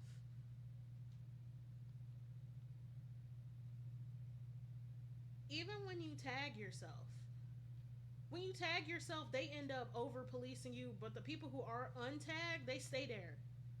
And I don't know if it's their moderation system, like because you tagged yourself, you're already put on their radar and stuff, but it fucking sucks. And then how so many people start, like when they change the TOS to put explicit consent in things. Actually, let's do a little lesson because I've been getting into like media censorship casually ever since the porn ban that happened on Tumblr and stuff, and the things that go into administration and whatnot. And people are like, "Oh, this is just anti-sex work and whatnot," and that's like partially it. Although I don't like it whenever people compare NSFW art to sex work. Like, stop comparing yourself to sex workers. You're not putting yourself in danger by drawing Bowser getting his ass blasted. If you draw fucking Sonic Toes, you'll still be able to have a career. There are so many animators who draw NSFW and they're able to get jobs and shit. Like the person who made Peepadoo, which is like that French pornographic furry TV show about all of the little furry animals with their dicks out and they go through everyday lessons like a little children's cartoon. The nigga who made Peepadoo animated the trailer for Invincible. Like so many artists who do NSFW, they have job security because as long as you know how to draw, nobody gives a fuck. But a sex worker can't even put that on her resume because it's not considered real labor. And then there's like a real danger with all the shit that goes into sex work. Just because you draw dick and balls, you are not the same as a prostitute or a cam girl. Like, stop comparing yourself. Number one. Number two, the reason why they're cracking down on NSFW content is not just because like right wingers want to ruin all the fun, which is a fucking lie. Because right wingers be using sex a lot. Like, stop calling conservatives anti-sex. They love sex. They regularly weaponize it against marginalized people to harm them, and that's the problem. The thing about these recent censorship laws when it comes to NSFW is because a lot of these NSFW sites have hosted harmful content like child sexual exploited media and all that kind of shit, and they don't want to get sued because that's a high liability. And so it's just like, well, why not moderate it? And it's just like, y'all bitches don't even like to tag your shit. Like, it's easier to just ban it than to have it up and then jump through hoops just to clear it out, because y'all don't even know how to act. Their posture and morality to further oppress identities they deem as deviant. Honestly, I can't even say that. Because Republicans are very open about wanting to sexually harm people. They just want a monopoly over it. That's really it. Like when a Republican says we got to protect the children from the queers, but also we need to protect parental rights so I can have control over my children, they're not saying that they care about child abuse. They're saying that they should be the only ones allowed to abuse their children.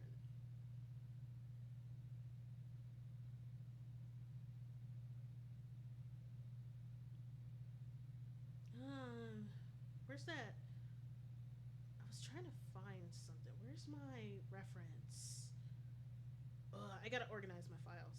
Like they're organized, but they're not organized in the way that I really need them to be. Yeah, if they control the narrative of who is a dangerous, then they are free to enforce and thus control us. Yeah, they want to be the only ones who are able to do that.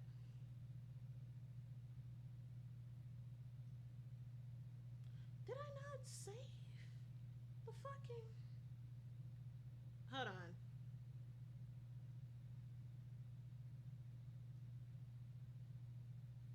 Oh, now I know what to do.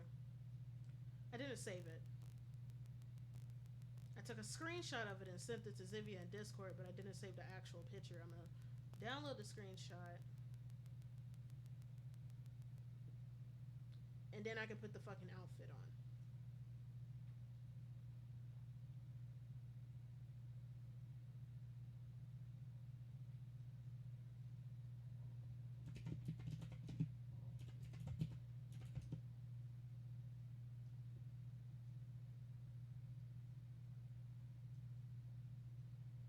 Okay. Okay.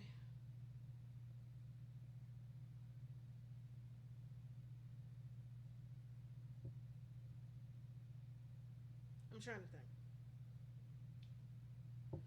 But yeah, the reason why these companies are banning it, like people are always talking about the Republicans trying to ruin all the fun, but people are also missing the elephant in the room, which is that a lot of these porn sites like Pornhub and OnlyFans have had videos of non-consensual situations where people were like filming themselves violating a person, and they kept those up knowing what was going on because they were reported, but they kept it up anyway because they were still profiting from it. So when the victims started filing lawsuits, then they started to crack down. But nobody wants to talk about that. And that's why the whole Blue Sky thing pisses me off, because when Blue Sky was just like, no, you need to have explicit consent in your content, and people started making non-con shit because, oh my gosh, I should have a right to fantasize about violating somebody or being violated because I don't respect myself. And it's just like, this is why this shit keeps happening. Like, I'm fucking tired. But let's talk about something a little bit more positive, like this outfit. I'm so proud of myself.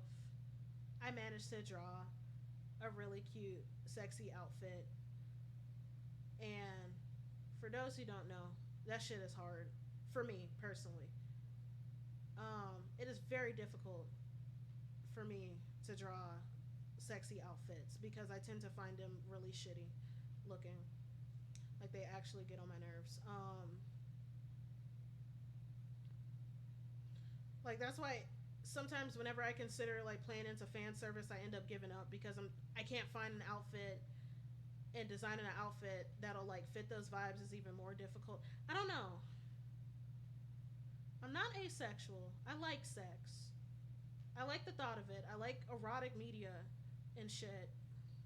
Like I literally took a figure drawing class so I could be able to draw dick and balls when I want to. However, comma, when it comes to outfits, I get bored. Um, Stuff either be looking cheap, or it's so focused on being quote unquote titillating that it doesn't even feel like an outfit. Like I'm tired of seeing panties that only cover one coochie lip.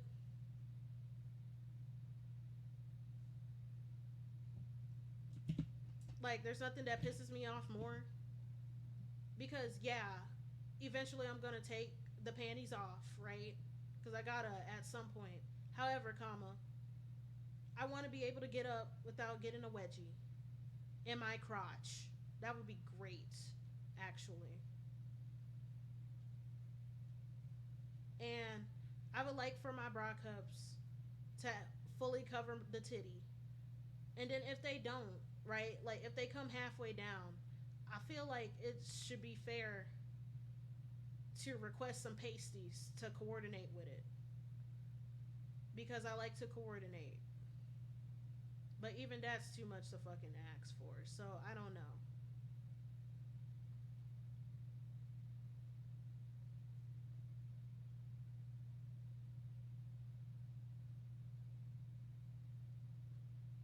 Like a lot of lingerie isn't made with like care and shit.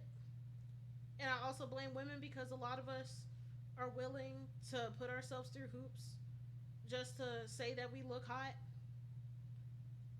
And then there's also other stupid women. And yeah, I'm calling some of y'all stupid because I love you and I want you to know that some of y'all are fucking foolish. Stop. Stop tolerating certain shit. And also stop thinking that you gotta sacrifice one thing for the other. Yes, you can have it all. Believe in yourself. Because I refuse to sacrifice comfort for style and also the other way around. Like, it's one thing if I'm staying in the house and I don't have to be dealing with somebody, but like when I want to look cute, I also want to look comfortable. I don't like sacrificing one for the other. I don't think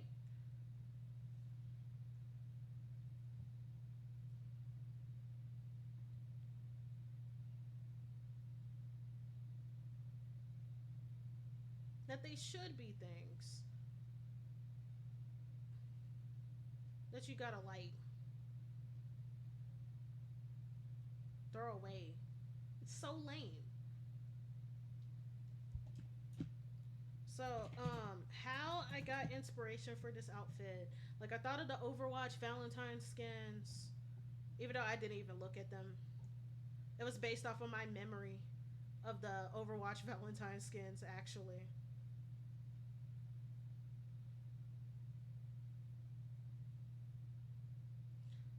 My outfit is based off of a memory of what I think the Overwatch Valentine skins look like, actually. And then I also based it off of a lingerie company called Valentina Voit. She's a Latina fashion designer, and I like a lot of her work because I think how I knew about it. I think it was CL that actually introduced it. It was either CL or Mocha who told me about it because we had this idea. We used to have this idea of like wanting to create uh, an anime themed lingerie company of like creating different lingerie pieces that were inspired by different anime characters. But the thing is, neither of us have time to do the business planning, and I don't draw fast enough. That's one of my resolutions is to draw faster. That's why I did a warm up at the beginning of the stream, even though it was literally 41 minutes. Did a 41-minute warm up, guys.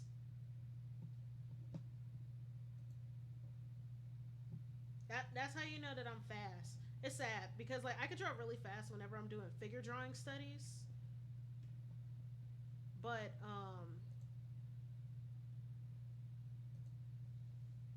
that's where it stops. Like I could do a quick 5 minute figure drawing.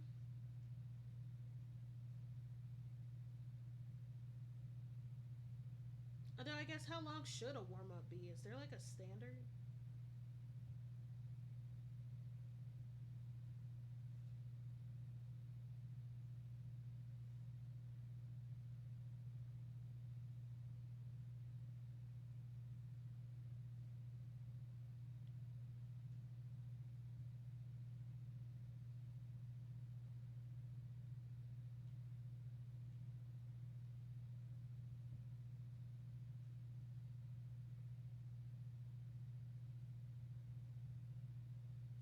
I'm gonna be real. I've never done warm ups. I know your warm ups are usually because I think we've talked about this before, Artemis. How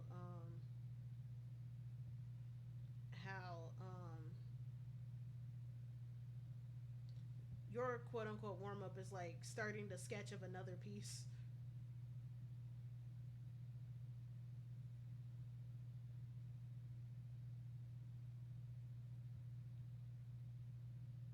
I know I still need to look at the purple one.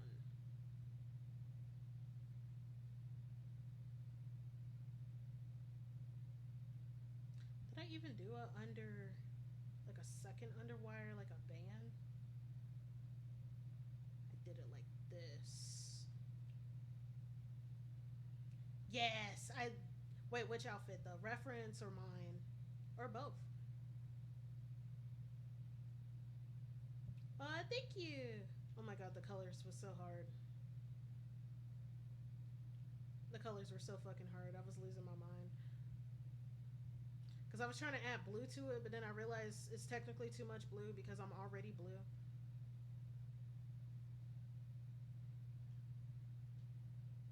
So I just made it pink and white. It's simple. Like stick with the classics sometimes. Go back to tradition.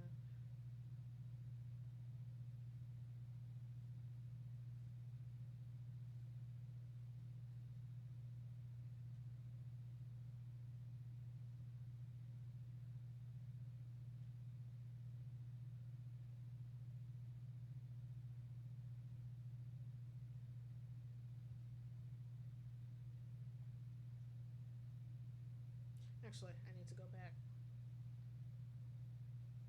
Go back. I did not have the lower line. I just had the.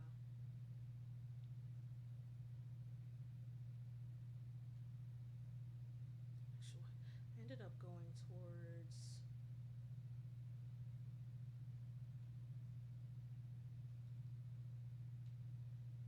But thank you.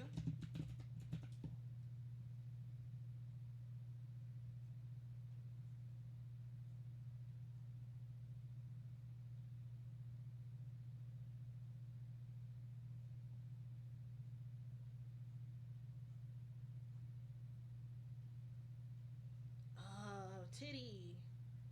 How do you titty? Let me just turn it. Let me just flip it. It's fine.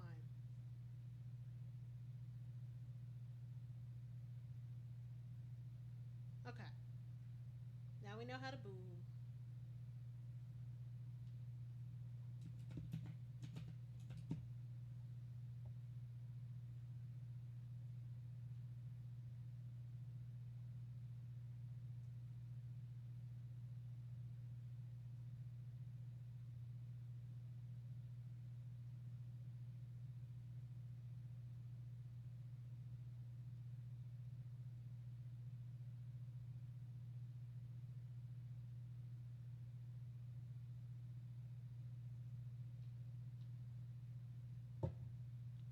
Okay.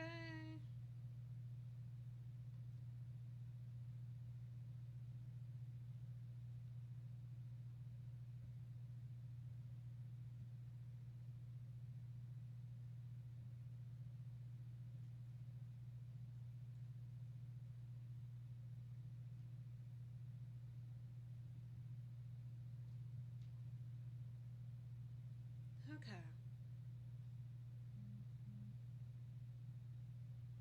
Maybe make the brow a little bit bigger.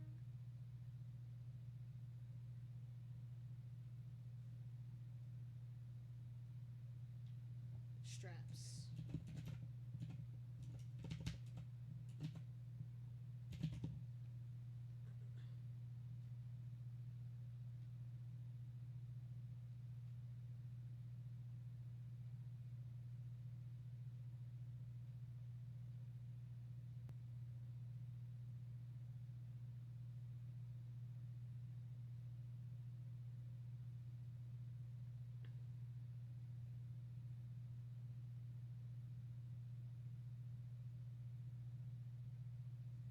Actually, let me do top hearts. I put so many hearts on this. I hope that I have enough.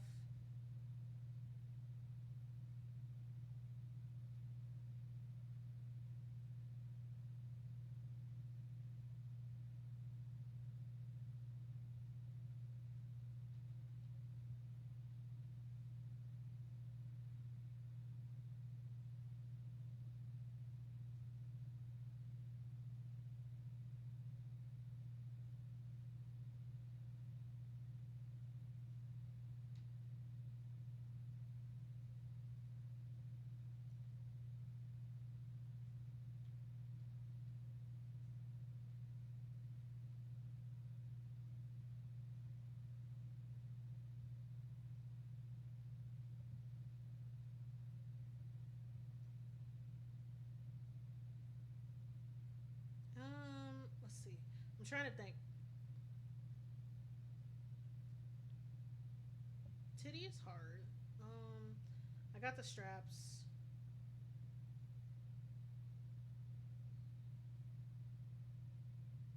And I keep cycling back and forth.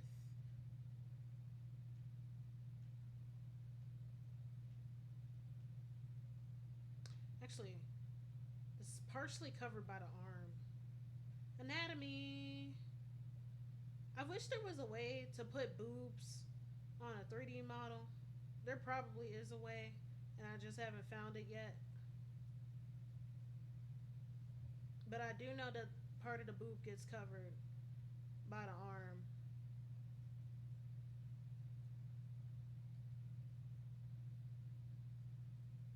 because archery.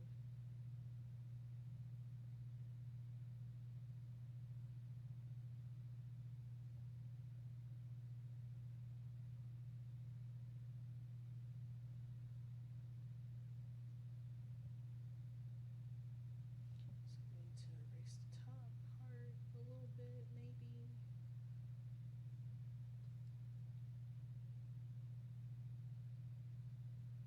I need to figure out how to draw on top of the 3D model because I know they added that as an update. However, I still have yet to learn how to do that shit. So we're just gonna struggle. I finally learned how to lock a 3D object though.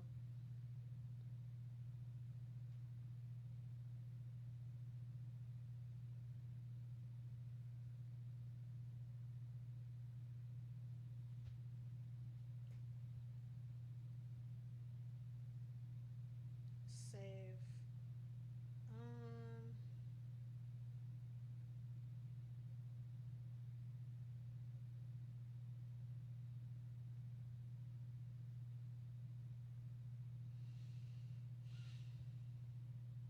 so that's the bra.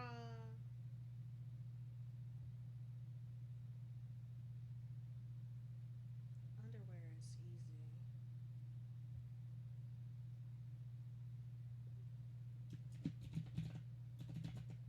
What was another topic that I wanted to talk about? Before stream, there was a tip that I saw.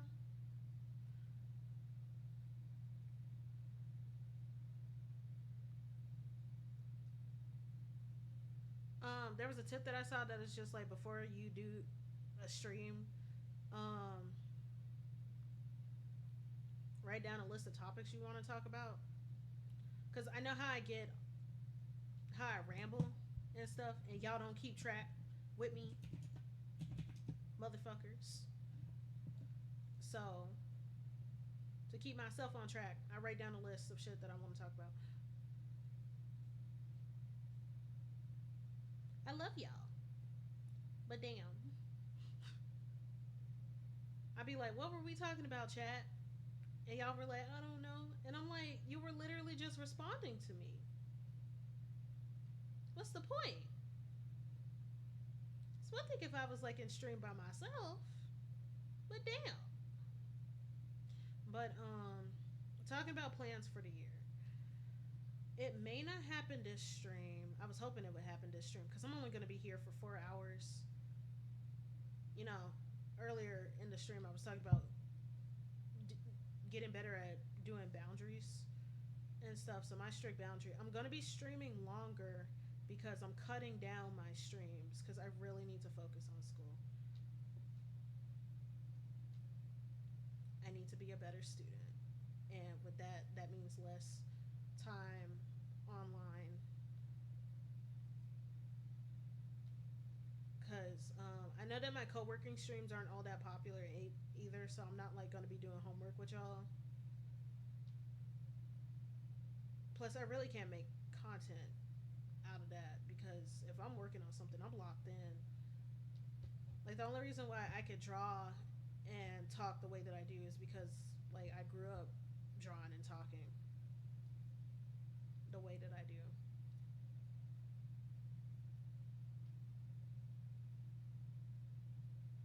Ooh, top hearts. Let me.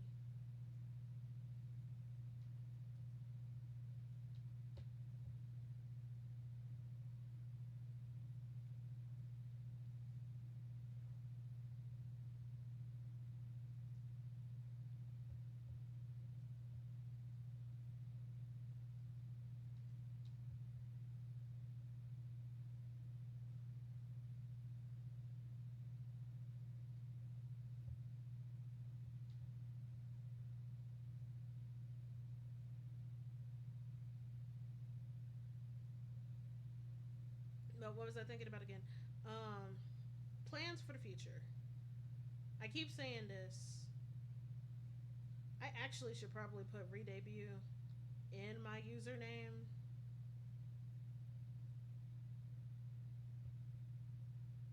but then I sometimes I don't wanna, cause sometimes I low key don't wanna because I don't want to give anybody expectations, only to not be able to deliver. So we'll see, guys. Yo, Hatsunaya. Like, even though I'm in the process of it, every time I say that I'm going to do something that isn't like the VMAT Gala, because I'm working with two other people now, should go wrong. So we'll just pray. Save.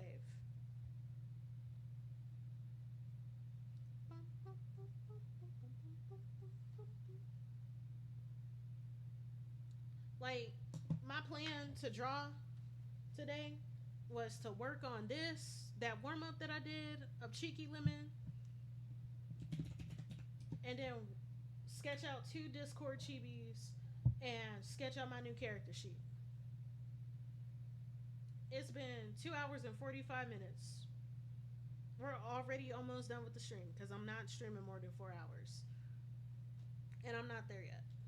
Maybe I'll keep drawing after and I'll just end stream so I can rest my voice. But, yeah.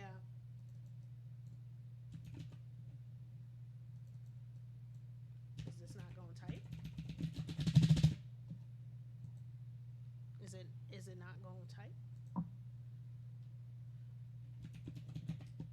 Okay. I don't know what the fuck happened. Um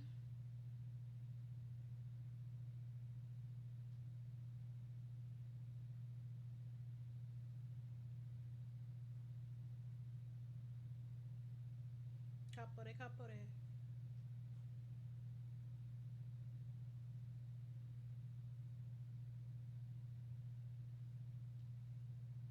See, fastener.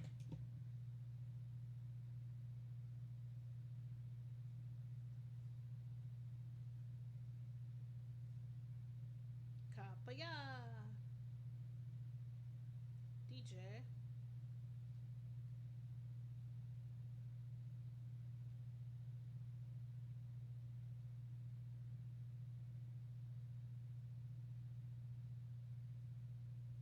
Oh, hello. Go, go, go, go, go, go, go, go, go, go, go, go. Here we go. Wait, show. Show. I don't know all the words. I'm a show though. He did a haiku.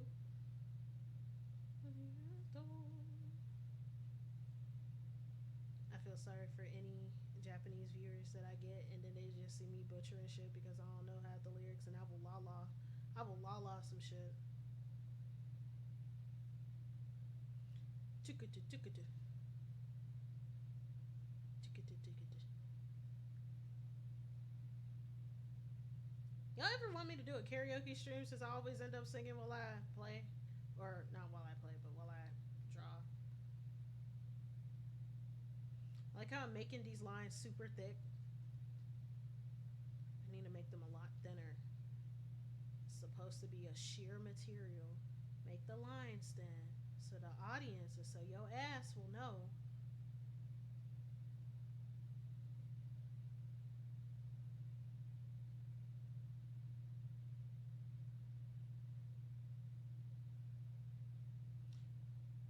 I said that I took inspiration from a lot of things for this outfit. Of course, I took inspiration from Megan Thee Stallion.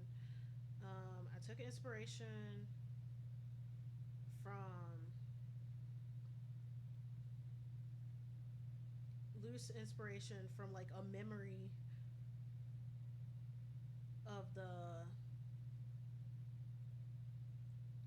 like the fucking Overwatch Valentine skins.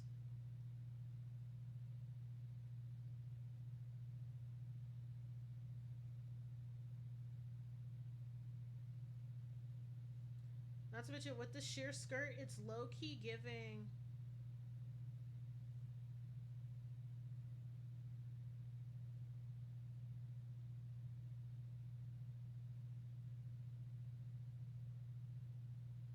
It's low key giving. You know, the Mummy and that one flashback where Easy was like a reincarnation of Nefertiti or something, and her father was the pharaoh, and his and her stepmom was cheating on him with Imhotep.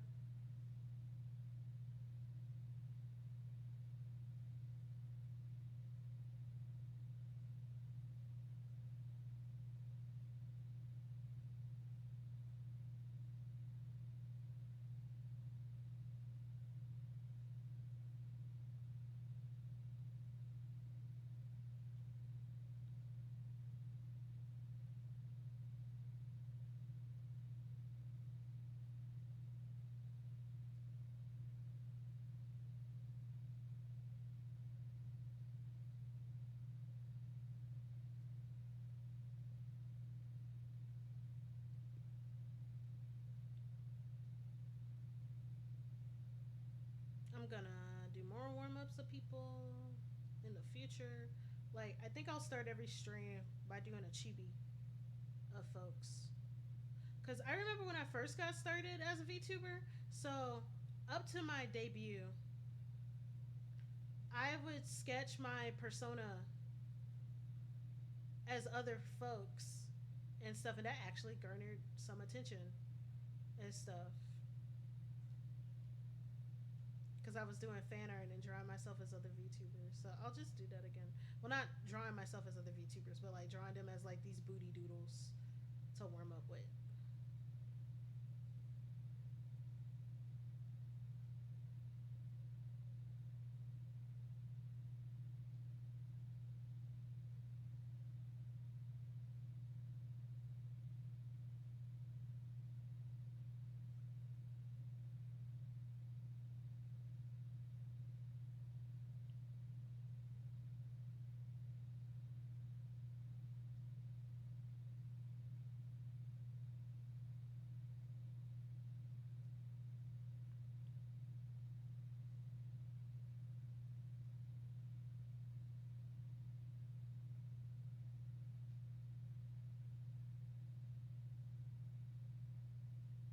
Okay.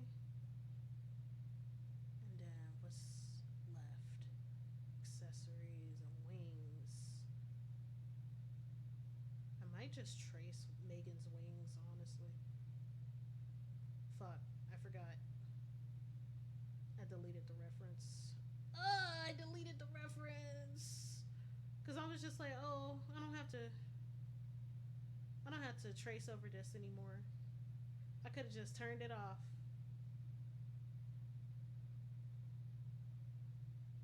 So now I gotta resize this shit again.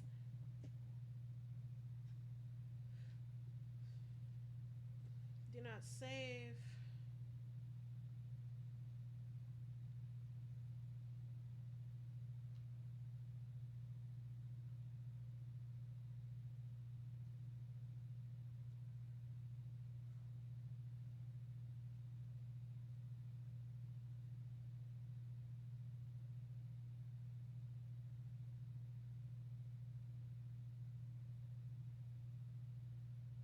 Of course, the pose isn't accurate, and it doesn't matter.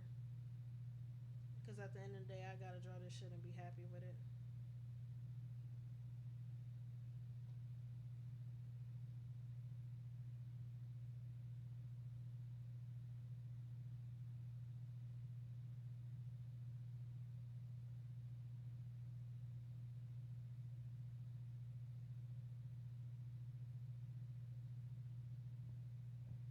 I think just wings.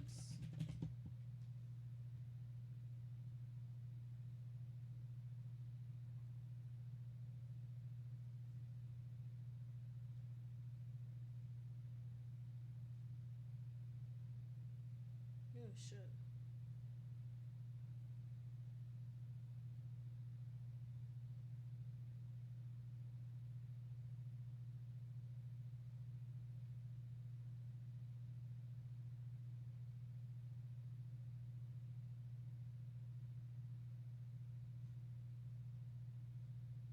Or maybe is there an asset? Nah, it's fine.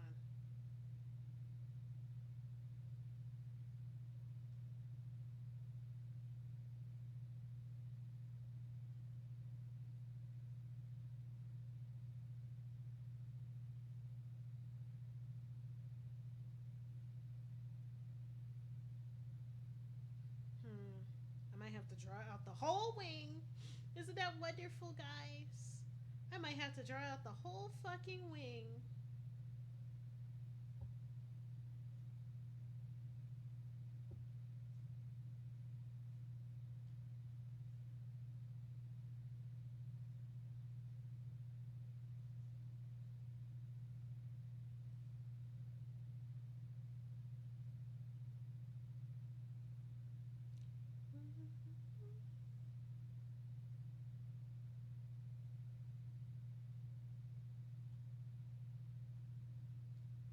Hey, she did. Actually, oh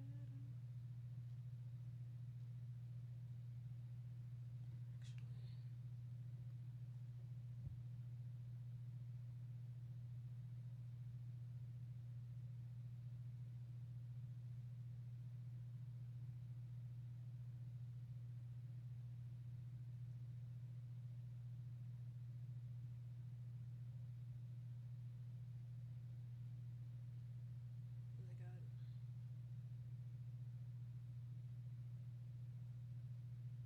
Fuck these bitches finna go in the back.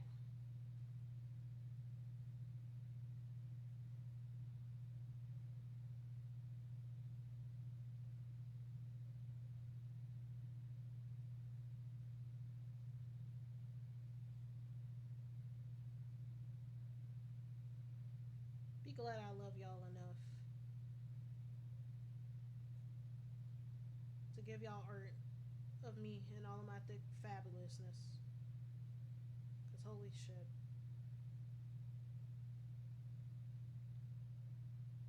Toto body bopé.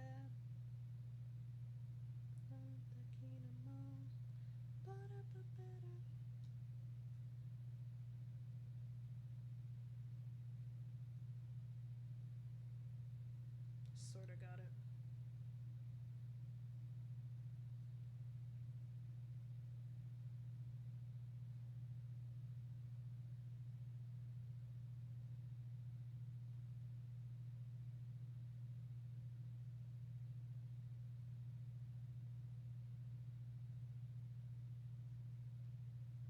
Oh my god, I'm gonna just find some. Hold on. I'm gonna go to the asset store. Never be afraid to ask for help, guys.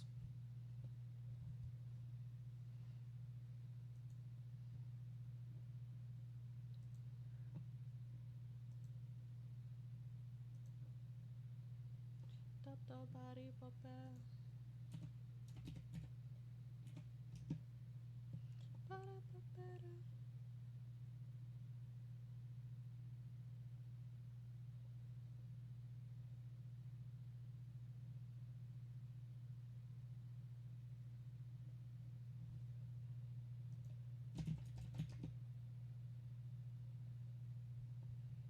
Hmm.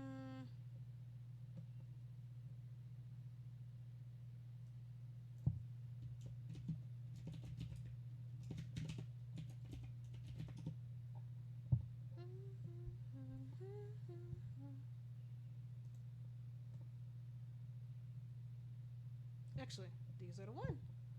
Maybe.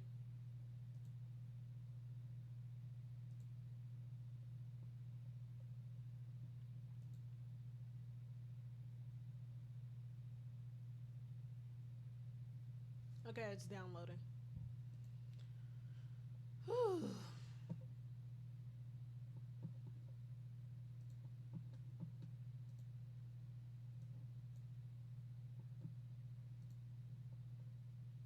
What it is on the tin.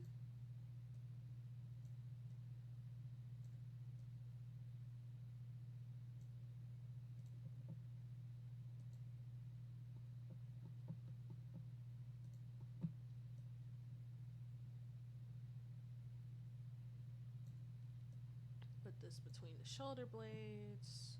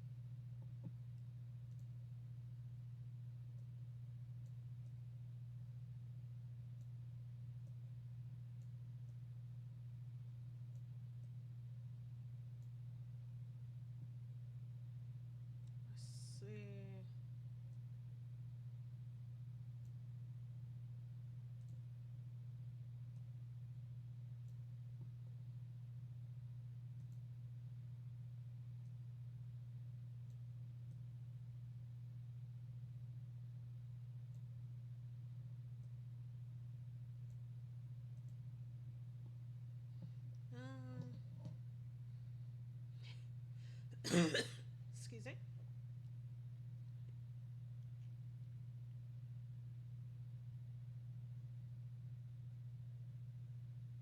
And then I should probably, actually,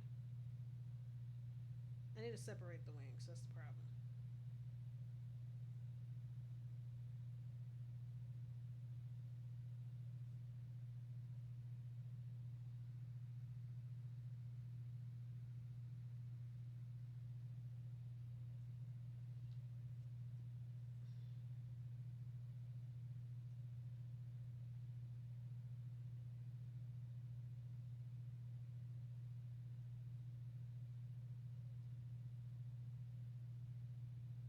Ah, the nostalgia. Sometimes I listen to this song and cry a little bit. I won't say that life was necessarily better back then because there was shit going on back then. That was like the beginning of the end with certain shit.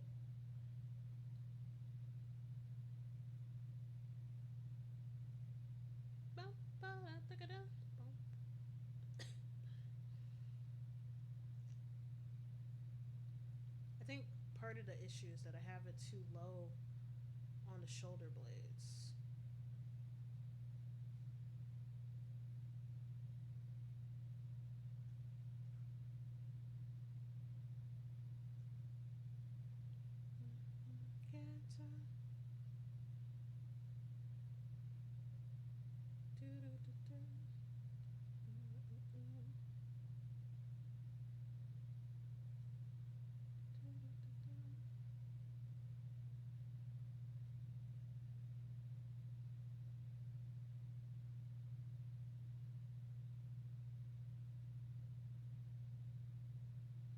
I should probably overlap them, actually.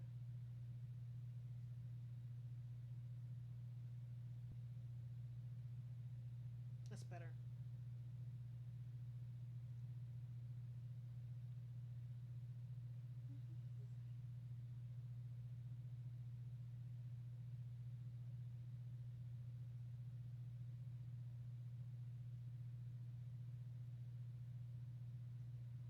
Okay.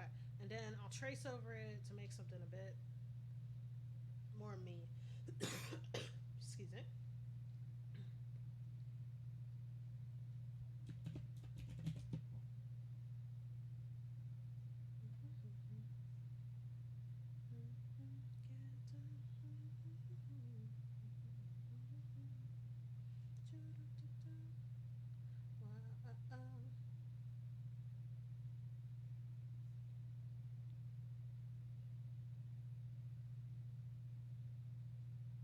Base.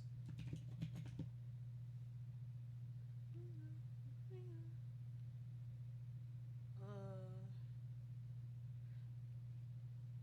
yeah, I'm not gonna be able to. What's the word?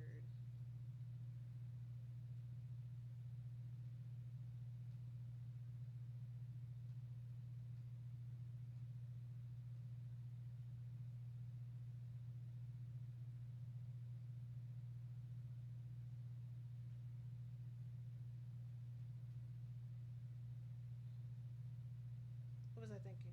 I'm not going to be able to start on the Discord, Chibis.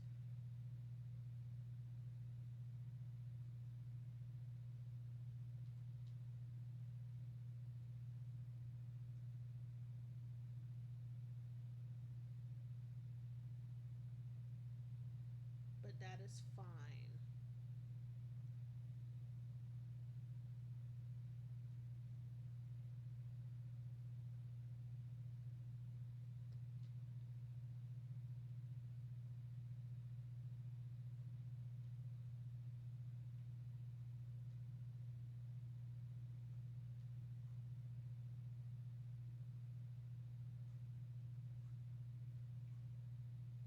Honestly, I should have started on this side first because more of the wing shows here.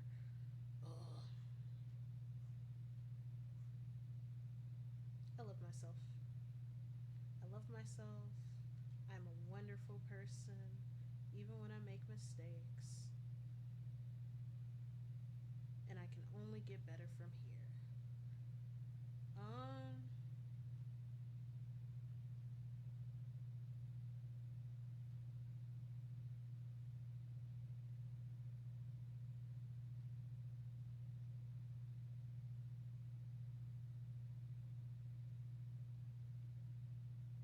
Now with the feathers overlapping the chest, it low key looks like Fallon from Dungeon Meshi.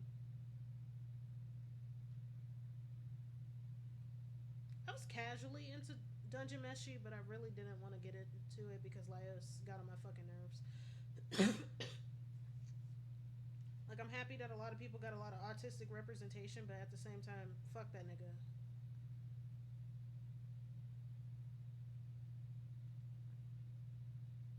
Like, I genuinely could not stand him. And somebody's just like, autistic person, would they meet somebody a level more autistic than them? No. He and Fallon were fucking racist as fuck. And they wouldn't stop treating people like curiosities. And that's treated like a fucking gag, but it's just like, no. You can hyperfixate on monsters. You need to hyperfixate on some fucking manners. Yeah, I literally just said that. I was just like, yeah, this low-key looks like Fallon.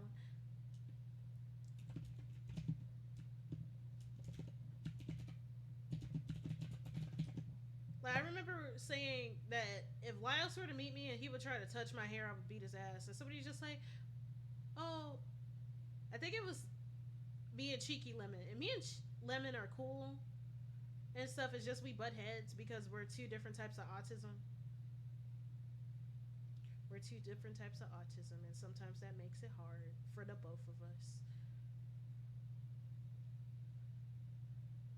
But we do find ways to get along. It's just like, okay, we stopped arguing. We're just gonna go play a game now. Fallon and Laios are demonstrative of a greater issues as the writers' own sensibilities are present. I think the writers' sensibilities are fine because, like, Laios actually gets called out on that shit. It's just that the fans got fucking mad that he got called out on it.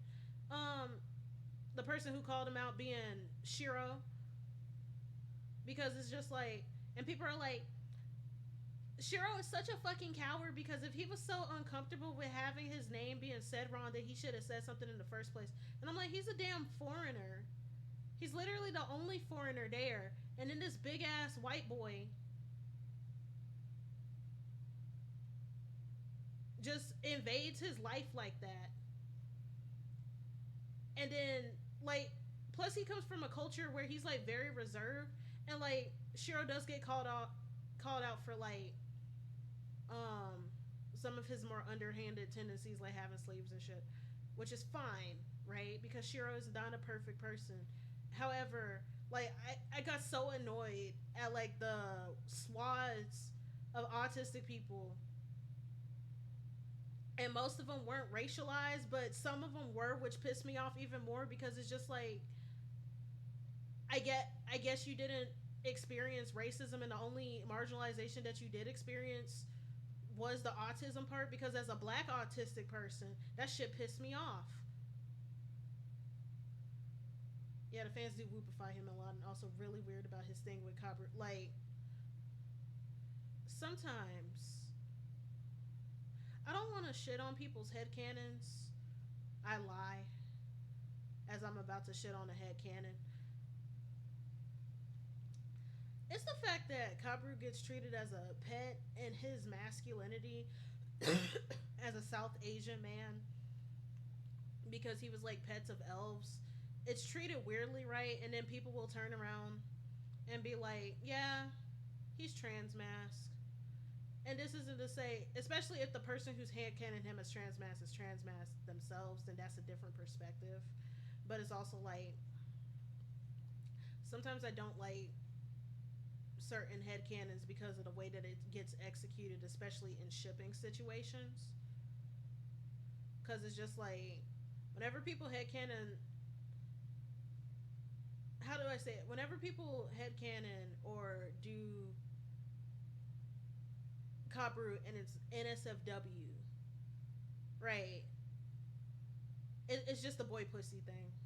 And I get so bored. Like, do people know that not all trans men want to be penetrated? Have people considered that? Have people considered that strap-ons exist and not just for lesbians? Can we talk about how a lot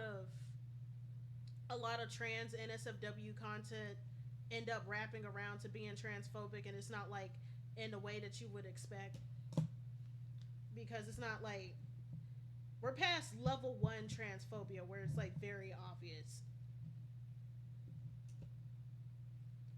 Like whenever there's gay art of a trans man, he's never the top. As if trans men can't top. As if there aren't devices for that. And the same thing with trans women when it comes to lesbian pairings. Like she's always the top. Even though when you take hormones your PP stop working. But in the video that I watched, it really doesn't matter because a lot of trans women end up getting erectile dysfunction after they start taking hormones. And if you're watching a professional porno, then they're likely taking dick pills. I'm gonna be so for real. Your PP stops working, or it has a hard time working once you start taking estrogen. Like, I'm tired. Actually. Like, y'all are so inclusive, but you don't even care about the basic nuances of how bodies works once they start transitioning. And it's just like, well, we're not trying to be realistic. This is about a fantasy. And I'm like, if you only care about fantasy, then why bother with representation in the first place, nigga? If you gonna go there, go all out. Like, what ruins the fantasy about flaccid trans people? Oh my god. This is out of pocket, but like, what ruins the fantasy about it? You'll be fine. Put on the strap and get to work, nigga. I'm tired of you.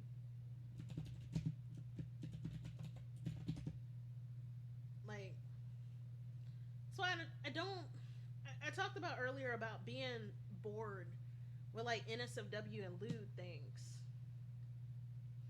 And it's just like, it's like that meme about the cuckold. You know that one cuckold meme about the backseat cuckolding where you're like critiquing the scene. That's me. I'm not asexual. I like sex. I'm just very sex critical because I'm tired of society and its expectations. And how even the so-called progressive people still end up upholding the status quo. And it's just like, well, not everything you have to do is progressive. And I'm like, that's true. But when you paint yourself as progressive, I'm going to have certain base. There's some in things that I consider the bare minimum. And also, like, because I like sex, I like the behind the scenes and the awkward shit about it. Because if we're going to be, like, quote unquote sex positive, like, I don't even believe in sex positivity. I believe in sex neutrality because not everything about sex is positive. But, like, damn. You need to come to terms with the not so glamorous shit.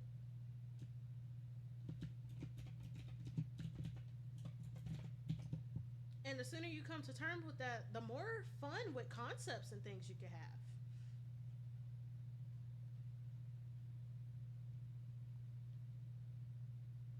Like, I don't know. Get good. Get good, maybe.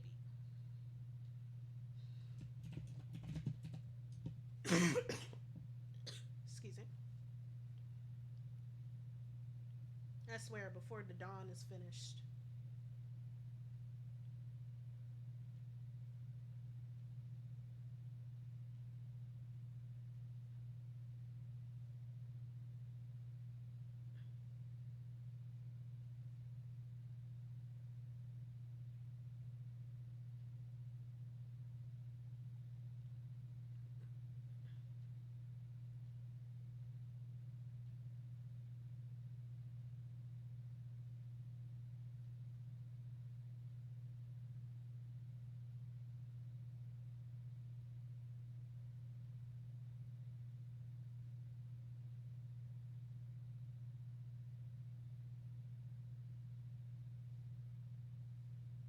Like, I don't know.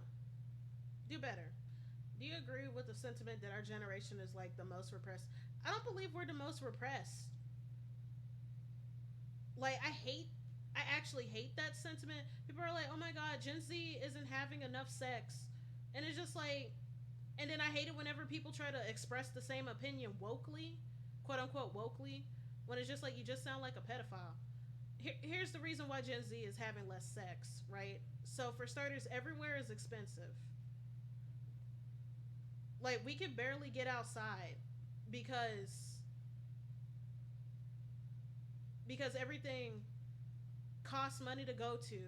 So we can't even fucking afford to socialize outside of the internet, right? And even though there are free events through community stuff, if you're poor and you live in a poor area, that doesn't guarantee that there's infrastructure for that kind of shit. So like we're not going to the clubs and shit as often because we simply can't afford to. And like Gen Z is technically like folks what really late 90s, early to early 2000s. I was born in 2000, so I'm like the earlier part of Gen Z, right? So yeah, we're too fucking broke to do this shit. And then the other aspect that people don't want to talk about is like how um we have less access to sexual expression. Like everybody's complaining about all of these anti LGBT bills and stuff. Do you think that the queer kids, if they're not even safe enough to be themselves, that they're gonna be doing the do when they could be getting killed? And it's just like, well, we always had those threats, and it's just like, yeah, but then we come back to square one. It's hard to find places to socialize and do shit at. It's literally gotten worse when it comes to trying to find a place to go out and do shit at. So it's like little Timmy ain't gonna be fucking around. Yeah, like we all live with our parents or roommates. Yeah, so we don't even have like privacy or space to be doing stuff. And some of us aren't exhibitionists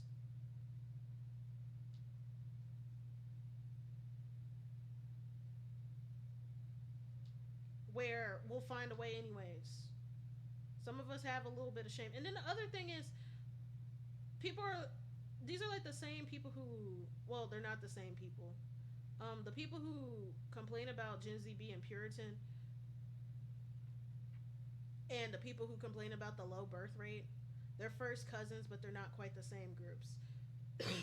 Remember when I was talking about Republicans having wanting a monopoly on child abuse? Here's an opinion.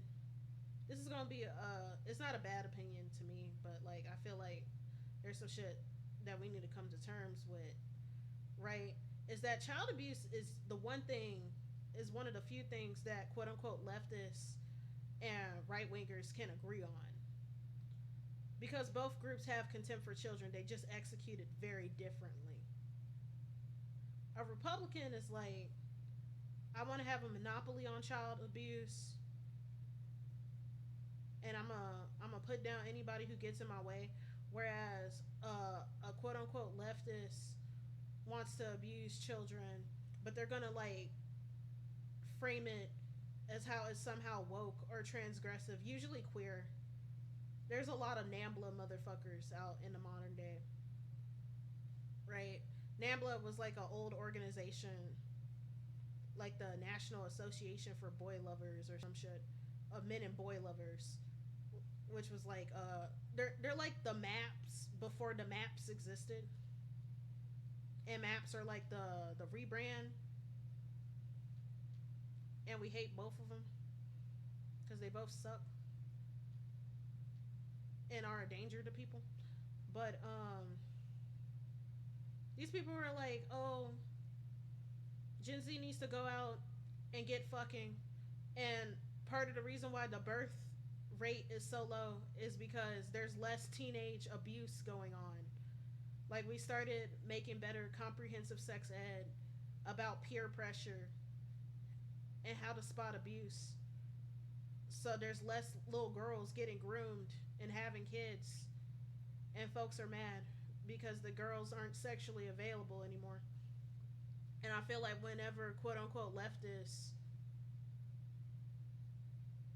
or quote unquote queer elders and shit start complaining about kids not having enough sex and how they're losing whimsy or some shit, it's giving that. Because every other day I keep seeing queer discourse about age gap relationships and queer relationships. If it was a man and a little girl, you would be upset. And I don't want to be like the if the genders were swapped, you would be upset because I like hate it whenever people are talking about the abuse of little girls, and then some dude bro like tries to turn it around and act as if and start using little boy abuse as a gotcha. I hate that shit. I fucking hate that shit because like literally the only time they bring up the abuse of little boys is as a gotcha against girls. Whereas like if you really gave a fuck about victims, if you really gave a fuck about victims, then you would talk about them in general instead of only bringing them up to dunk on other people, right? But when it comes to like, there's this huge issue in the queer community how stuff automatically stops being bad as soon as it's gay, as if gay people are infallible. Like, I really don't give a damn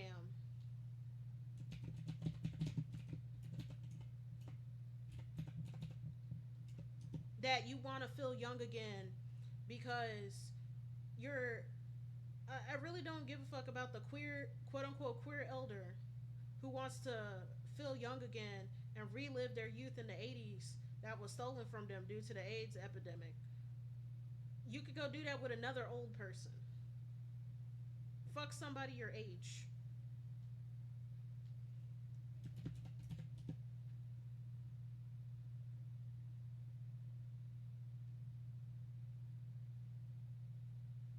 Do I have any rings on the other hand?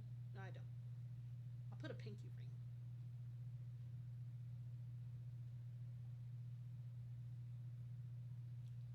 Yeah, they're mad that they're losing access to vulnerable demographics. Like, let's talk about how, and people are like, well, queer relationships are different. And I'm like, what's so different about them?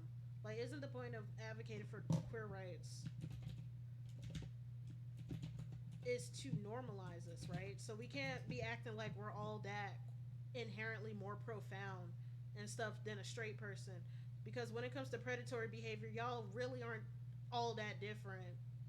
The only difference is the genitals involved. And even then, you know, I just talked about how people be weird about trans folks.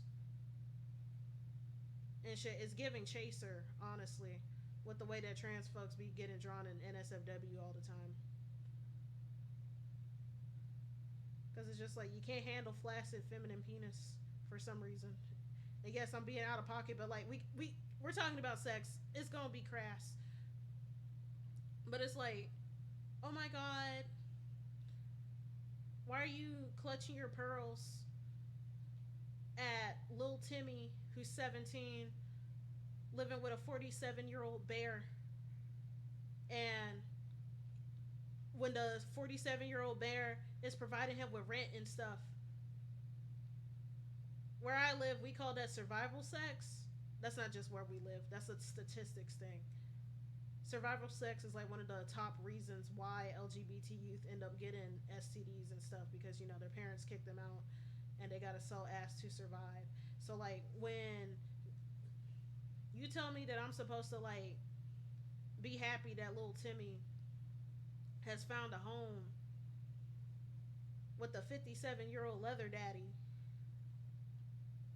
who's providing him room and board, and I'm supposed to believe that this is a healthy relationship,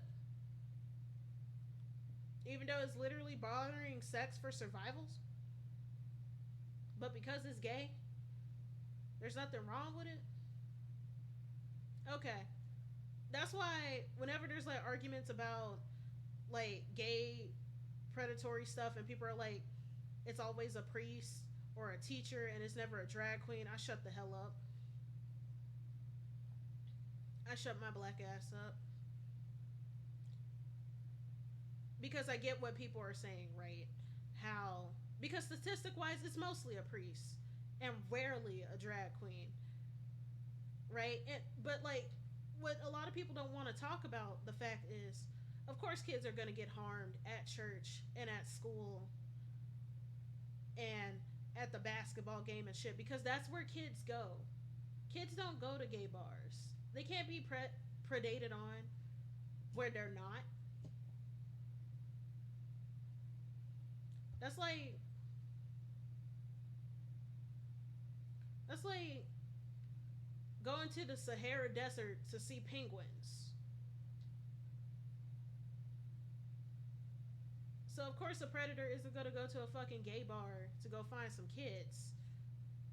So whenever people like do that snide shit, or it's just like, oh, it's always this but never a drag queen and shit, I get upset because that's not how statistics work. And not to mention, I've actually been around some gay predators before. Like just because it's a stereotype doesn't mean that it doesn't happen. And also like I said, child abuse is universal because nobody fucking likes kids. Nobody cares about kids. Nobody sees them as people. And being queer doesn't exempt you from that. And I've been around some straight predators before. My first introduction to grooming, for example, was at church. Like when I was in fourth grade, the youth pastor started dating this girl who just became 18. And I remember a lot of the adults like being really upset about that because, you know, how long have you been looking at her since as soon as she turns 18, then you want to start dating and shit, right? Actually, I'm gonna flip the hearts. No, not that way. If as soon as she turns 18, do you want to start going out with her, then how long have you been looking at her, right? And my mom was like one of the most vocal people against that because, like, I'm literally quoting her with this. And I chimed in because I'm little. I'm in the fourth grade. Because this youth pastor was also sorry, and my mom would call him a bum behind his back because he still lived with his mom. And he was like in his 30s. Like, what the fuck are you doing in your 30s and living with your mom? It's one thing with now, with how the damn economy has changed, right? But like back then, when the economy was more stable and shit, they used to be seen as like disgraceful, right? Like I didn't know what grooming was yet.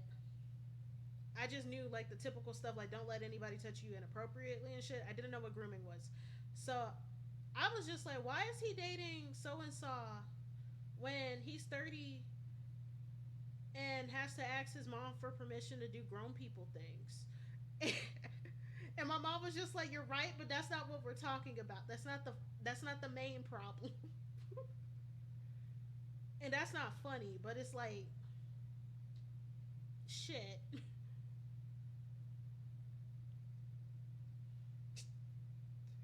It's like you're right, Jayla. However, comma, that's not the evil that needs to be vanquished today. And eventually it stopped because like the mom didn't even have a problem with it. But then I don't know. I think she had her kids young, and she might have been groomed herself. And it's like, it's one of those frustrating things, right? Because people are like, why do moms let this happen and stuff? And it's just like some parents are like straight up evil, and they will put a man above their fucking children, right? At the same time, like people underestimate how woefully normalized this shit is, and that if it happened, just because you were a victim doesn't necessarily mean that you, one, understand you're a victim, and two, if you're already thinking that shit is normal, what makes you think that you're gonna fight against it happening to your kid? And that's like a frustrating thing to come to terms with, that a lot of people don't like to come to terms with because they assume that, oh, because you're a mother, that you must have this motherly instinct. Oh, you're a mother, so you must have this motherly instinct and all this other kind of shit. That's not how that shit works.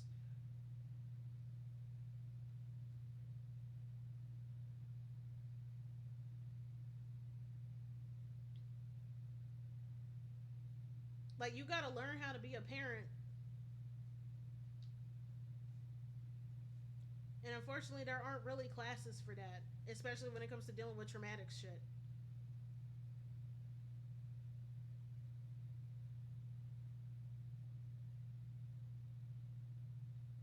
So yeah. Um so like other adults had to step in and stop that shit because it was a mess. But when I first learned about like gay adults being weird and shit, it was in high school. It happened with the volleyball teacher. I didn't play volleyball, but I heard some shit about the volleyball teacher being weird, the volleyball coach being weird about her girls and stuff, and how she ended up getting arrested. But it was after I graduated because I didn't touch the sports area. I was in band and art club. So it was just bits and pieces. When I heard about it personally, was also at church. Our choir director was bisexual and he was from New Orleans.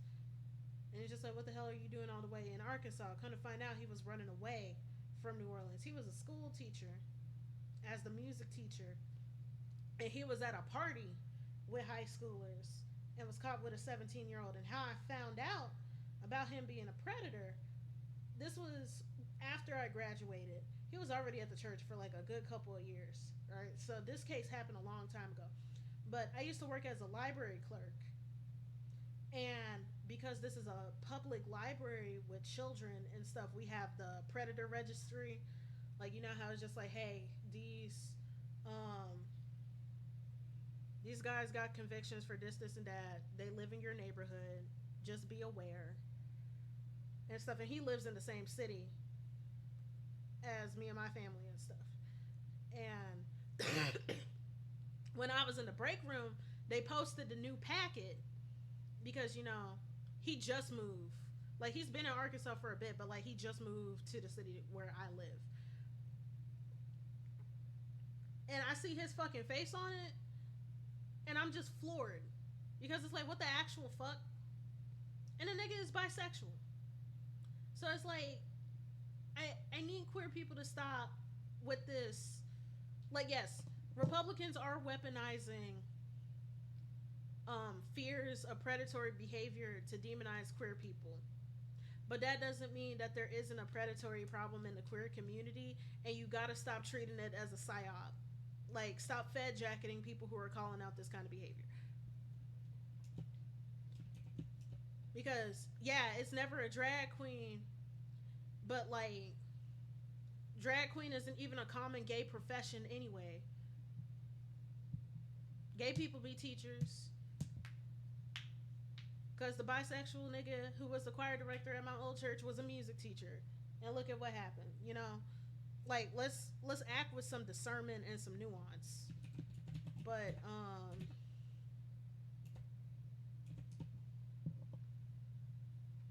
let's talk about something happier and gay. So, one thing that's difficult about being bisexual is that when you talk about liking somebody of the opposite sex, it's just like, you can't be gay for this opposite sex person or this opposite gender person. And it's just like, yes, the fuck I can.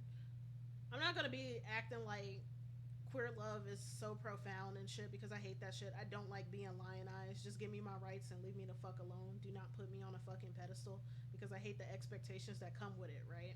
But like, um, when I say I like a dude, it's not gonna be in the.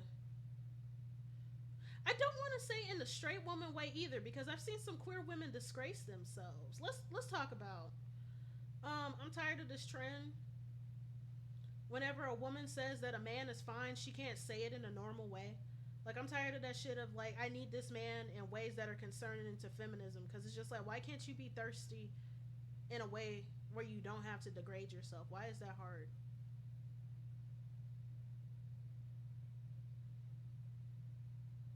Like, just say you want to be domed or something, but it's just like, oh, I want to be degraded and all this other kind of shit. And it's just like me, I don't think that I have to compromise my feminism to sexually indulge. I'm just have fun and shit because the personal is political, and I be strict with men anyways. I be strict with people, period.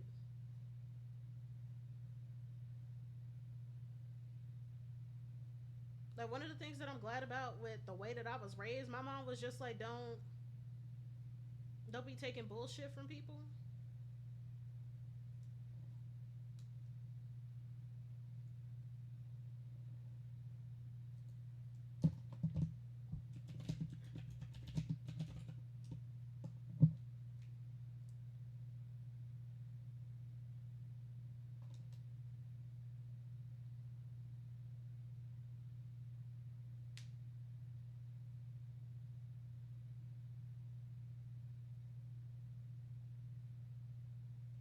Oh, you're back. Okay. Yay. But yeah, like just thirst for the dude. And I guess it's just like, oh, I want to be degraded and stuff. And there's like a conversation about that I don't want to have because I'm trying to be more positive. But like, pretty much, when I say that I'm gay for this nigga, and it's for a nigga, as in the masculine form, we gonna pretend we know how to draw bracelets on a body. Like, when I learn how to draw directly on a 3D model, it's over. I still don't know how. Like, they added the feature, and I saw a tutorial, but it still didn't look clear enough. So it's whatever.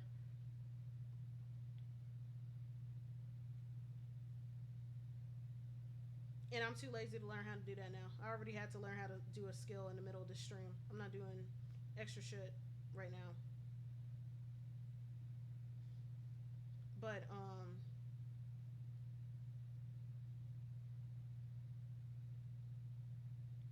yeah, that shit is annoying. And when I say that I thirst for a man, that's it. Like, it's simple.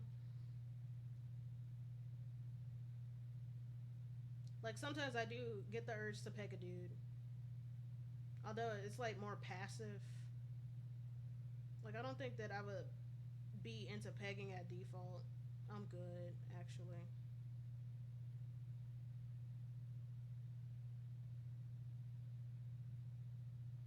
Like, there are some people that only want to do the peg. I'm not a top, actually.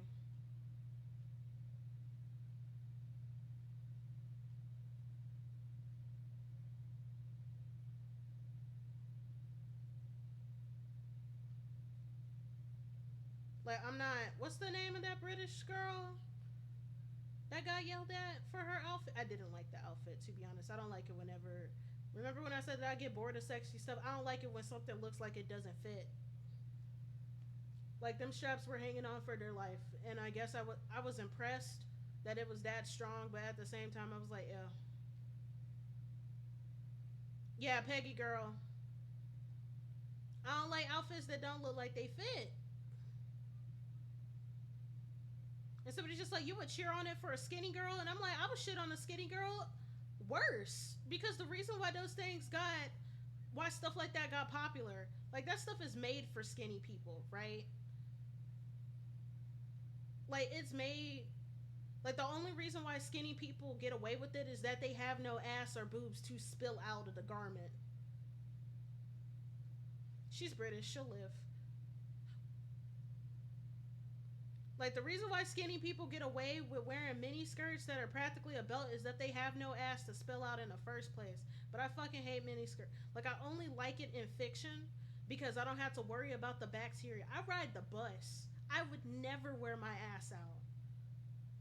Like, actually, let's talk about the bus real quick and how fucking gross it is sometimes.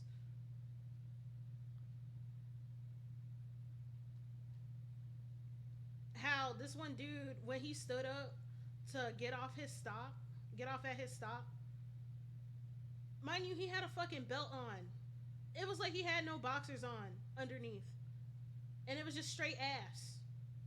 Like, his pants were halfway down his ass, and he had no fucking boxers on.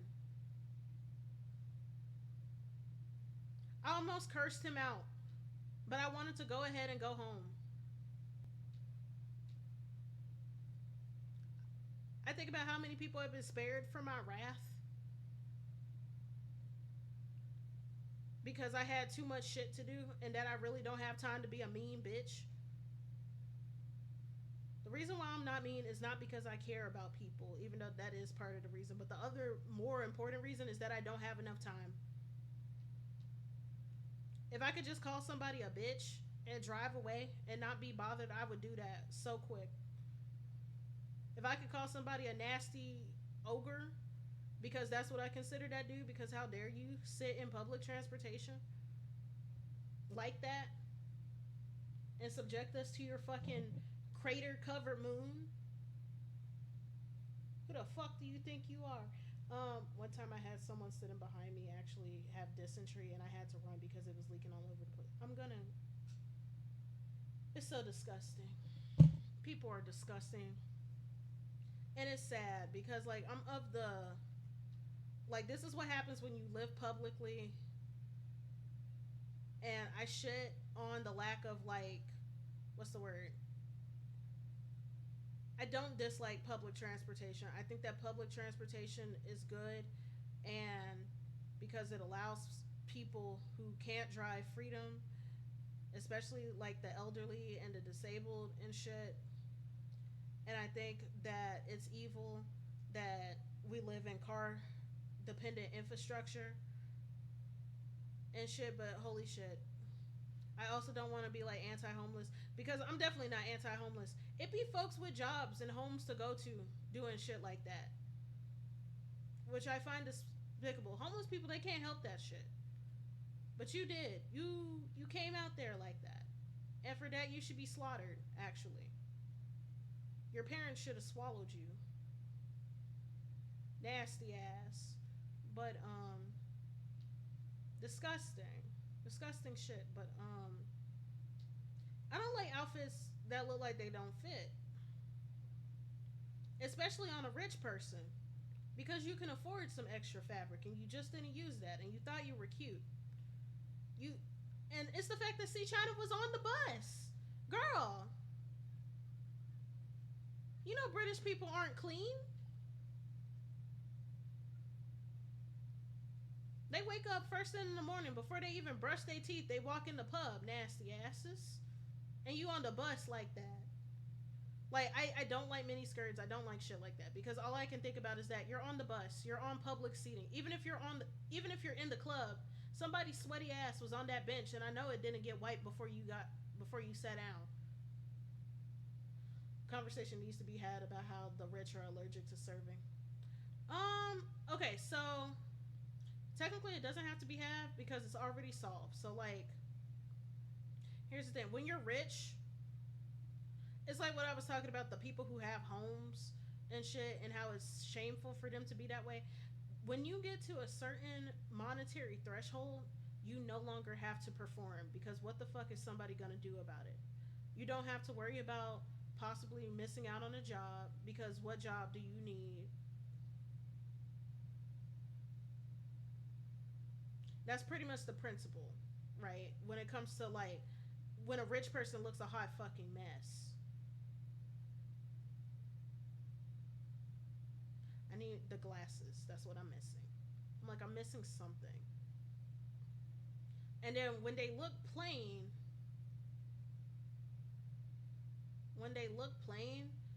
they're trying to look relatable. So it's a class thing. Yeah, it's always a class thing. Why are rich people doing this? It's a class thing. Not to mention, the ones that are dressed down, like if they look a hot mess, then it's because there's no consequences. I'm missing more accessories. I'm gonna pray. I'm like, am I done? No.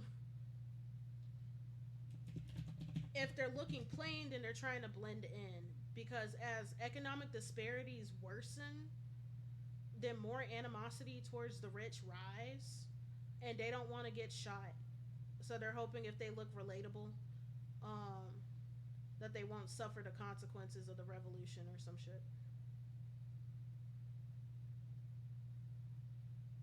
And that's actually why men's fashion is so boring now, because after the French Revolution, it became very frowned upon to flex wealth, and the easiest way to flex wealth was through your clothes, right? Because everybody could see that versus being in your house, because the poor will never be in your house, right?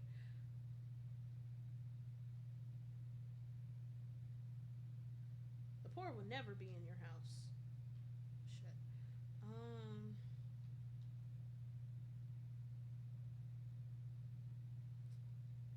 So men stop dressing gaudy and stuff to flex their wealth, but because women are still expected to look pretty and shit, they just put the responsibility of showing their wealth through their wives. So that's why women are still highly decorated, but men aren't. Of course, this is a European thing. Non-Europeans still had drip, but as they got colonized, those standards ended up being pushed onto them. And then I think when the minimalist movement came out and Nazis got into minimalism, then they started associating maximalism with like being tasteless and shit.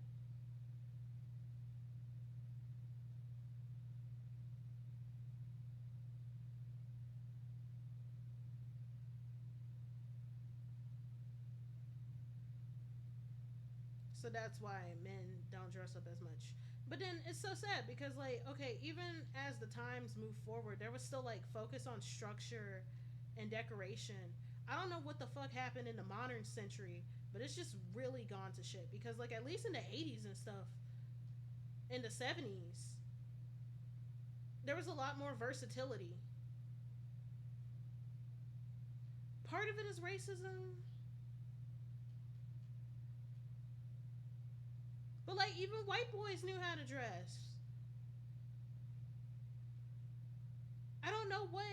But then, even with homophobia, you could call somebody the F slur but still wear a fish net shirt in the 80s. I don't know what changed.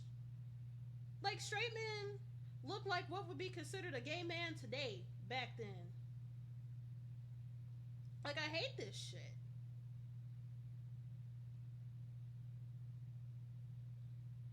That's why I'm going to make one of my goals to like sell. I'm gonna make a fashion guide for VTubers, and I'm gonna have like an entire section dedicated to male fashion.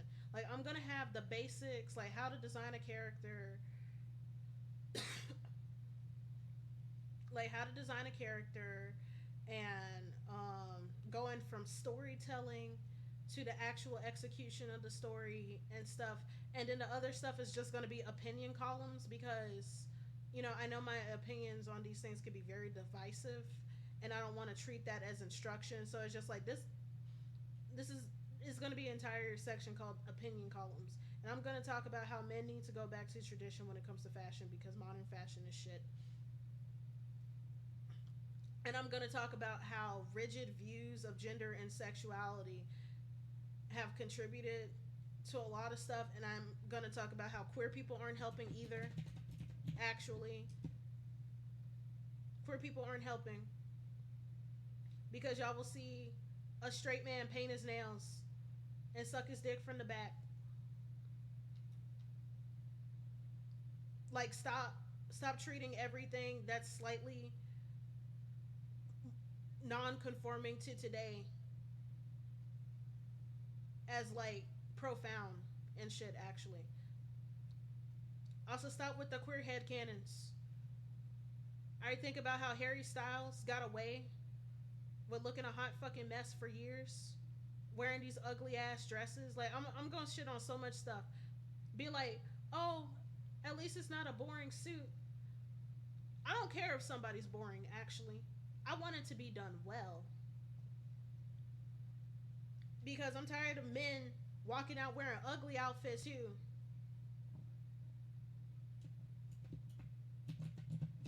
And then getting applauded just because it's not a boring suit when women be getting 50 shades of degraded if they look a hot mess.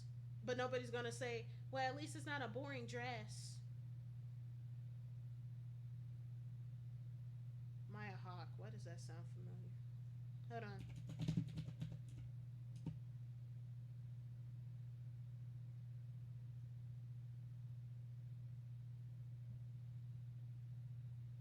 What about Maya Hawk? To be honest, was Uma Thurman known for turning looks outside of the films? Like, is Uma Thurman known for being like, she's a very handsome woman, but I don't know her for her red carpet looks. Her dad is also Ethan Hawke, but then Ethan Hawke usually looks basic. Like, he has a distinctive looking face. Okay, Uma Thurman would serve. I just looked her up. I just looked up her looks. Some of them were hit or miss. They were more experimental, but a lot of this shit is a serve. Girl, what happened? Maybe check and see if Maya Hawke has a check and see if Maya Hawk has is a Chanel ambassador, because that could be part of the reason. That's usually a death sentence for women. Being a Chanel ambassador without Karl Lagerfeld, even though Karl Lagerfeld was a fucking bitch, nigga was fat phobic, racist. It was just build a bigot with that nigga. But he knew how to dress women. Like, he may have hated women, but he loved to dress them. Now being a Chanel ambassador is a death sentence. You look a hot mess all the time.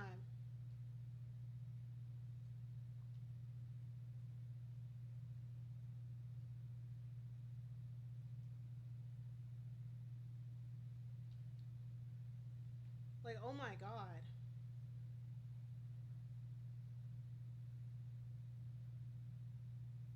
Yep. People were saying that she looked like a grandma in that dress, and I will say it does lack sensuality, but I didn't mind it. It's not the best, but I like the cut of it. And also, do people forget that this is a fucking award show? Like, this is specifically an award show at like a film place. They don't like outlandish shit. Like, you do camp at music video awards and shit. You don't do that at the film awards.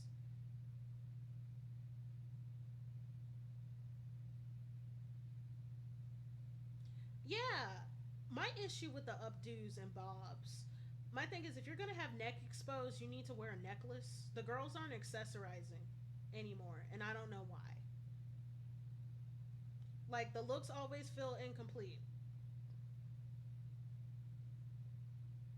I'm missing the laurel, and nobody told me. I'm just like, am I done? Something's wrong. And I'm missing the necklace. I literally just said,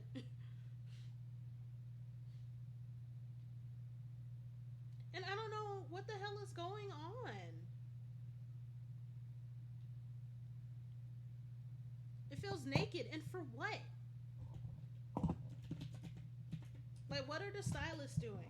I know that the damn gem trade hasn't gone down. Y'all are still killing kids overseas for these jewels. You might as well use them, or just go to the fucking lab. And that's the worst part about it. You know, something that gets on my nerves? There's always that debate on, like, who wears it better, the models or the people with the customs or the archive and shit. And, like, I feel like people are fucking dumbasses, because when a model wears it, it's for a completely different purpose. So the problem with models, and it's not with them, but with the fashion industry, is that models aren't people. They're mannequins. They're mannequins. So it's just, they're made to display the outfit itself. The person does not matter, which sucks, because I always hated that philosophy. I feel like it's just like, you have the outfit wearing the person, even though the whole point of these clothes is for them to be worn. So actually treat the person like a person. Yeah, and I get that they can't like do fully custom made, because part of the reason why they have this standardized size for models is so that if somebody can't make it or something, they could easily switch out and shit. But like, there's problems with that, because like every body is still different. Like, it's fucking impossible.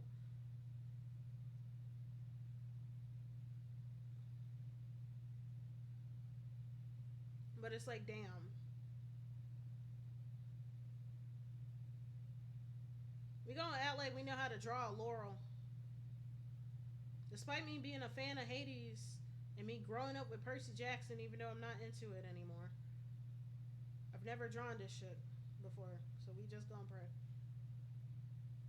I'm missing something else. It's the fact that I did all of this shit only to not draw the full body. Like, I'm like, yeah, I'm gonna draw these shoes. I don't draw the shoes. Isn't it wonderful? I was ready for anything. When I get fast enough to, when I draw a lot faster, I might do, maybe I will do an NSFW version of this, actually. I just don't know what that would entail. Maybe when I release it, I'm gonna finish this illustration this weekend, right? I'll probably have like a poll and be like, I want to draw a lewd with this outfit, but y'all got to tell me what you want out of like these three ideas, and I'll try to get it done. And it'll be just as simple as this.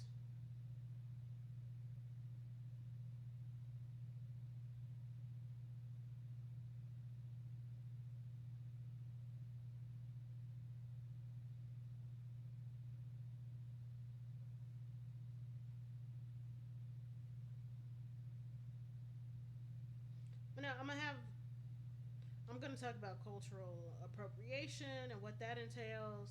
I'm gonna talk about whether or not being historically accurate matters. I'm gonna talk about men's fashion and why it's shit. I'm gonna have a short section about lewd fashion, and I'm gonna talk about it the way that I talked about it here.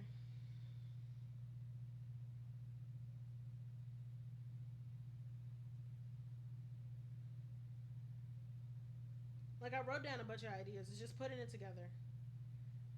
I'm gonna talk about fat phobia. Like some of them aren't gonna be opinion columns. Like the fat phobia thing, I'm gonna talk about in the main body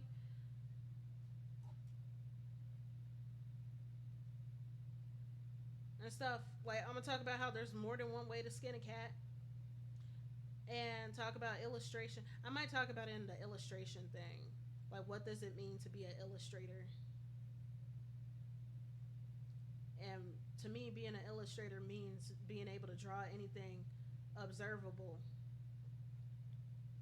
I'm gonna have parts of the body like in front of it, right? Like I'm gonna have the head and the bow in front of the letters,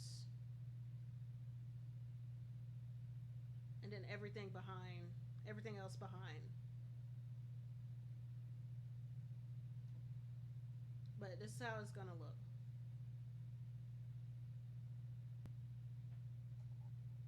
I'll probably finish this tomorrow. But I'm happy where we ended because I actually followed my own rule and ended at 4 o'clock. So yay! I'm so happy of progress and stuff. Thank you guys so much for coming with me and hearing me yap about all kinds of shit tonight. Especially since it's been a while, because even before break, I went on hiatus and stuff. But this is a good start to a new year. I'll see y'all sometime next week. I want to stream once a week and do at most 4 hours. And y'all are going to hold me to it. So, yeah. But, that's pretty much it. Thank you for coming and listening to me. I hope to hang out with y'all more. Expect this art to come out on Monday at the latest. And I hope y'all have a good night. We're going to go. Actually, no. I'm going to also get into the habit of rating people because I'd be forgetting. Hold on. Let me see who's on. It's not too late.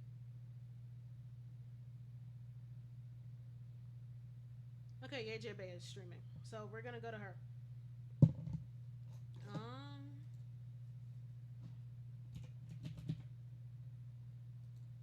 I just gotta know how to spell it. Hold on.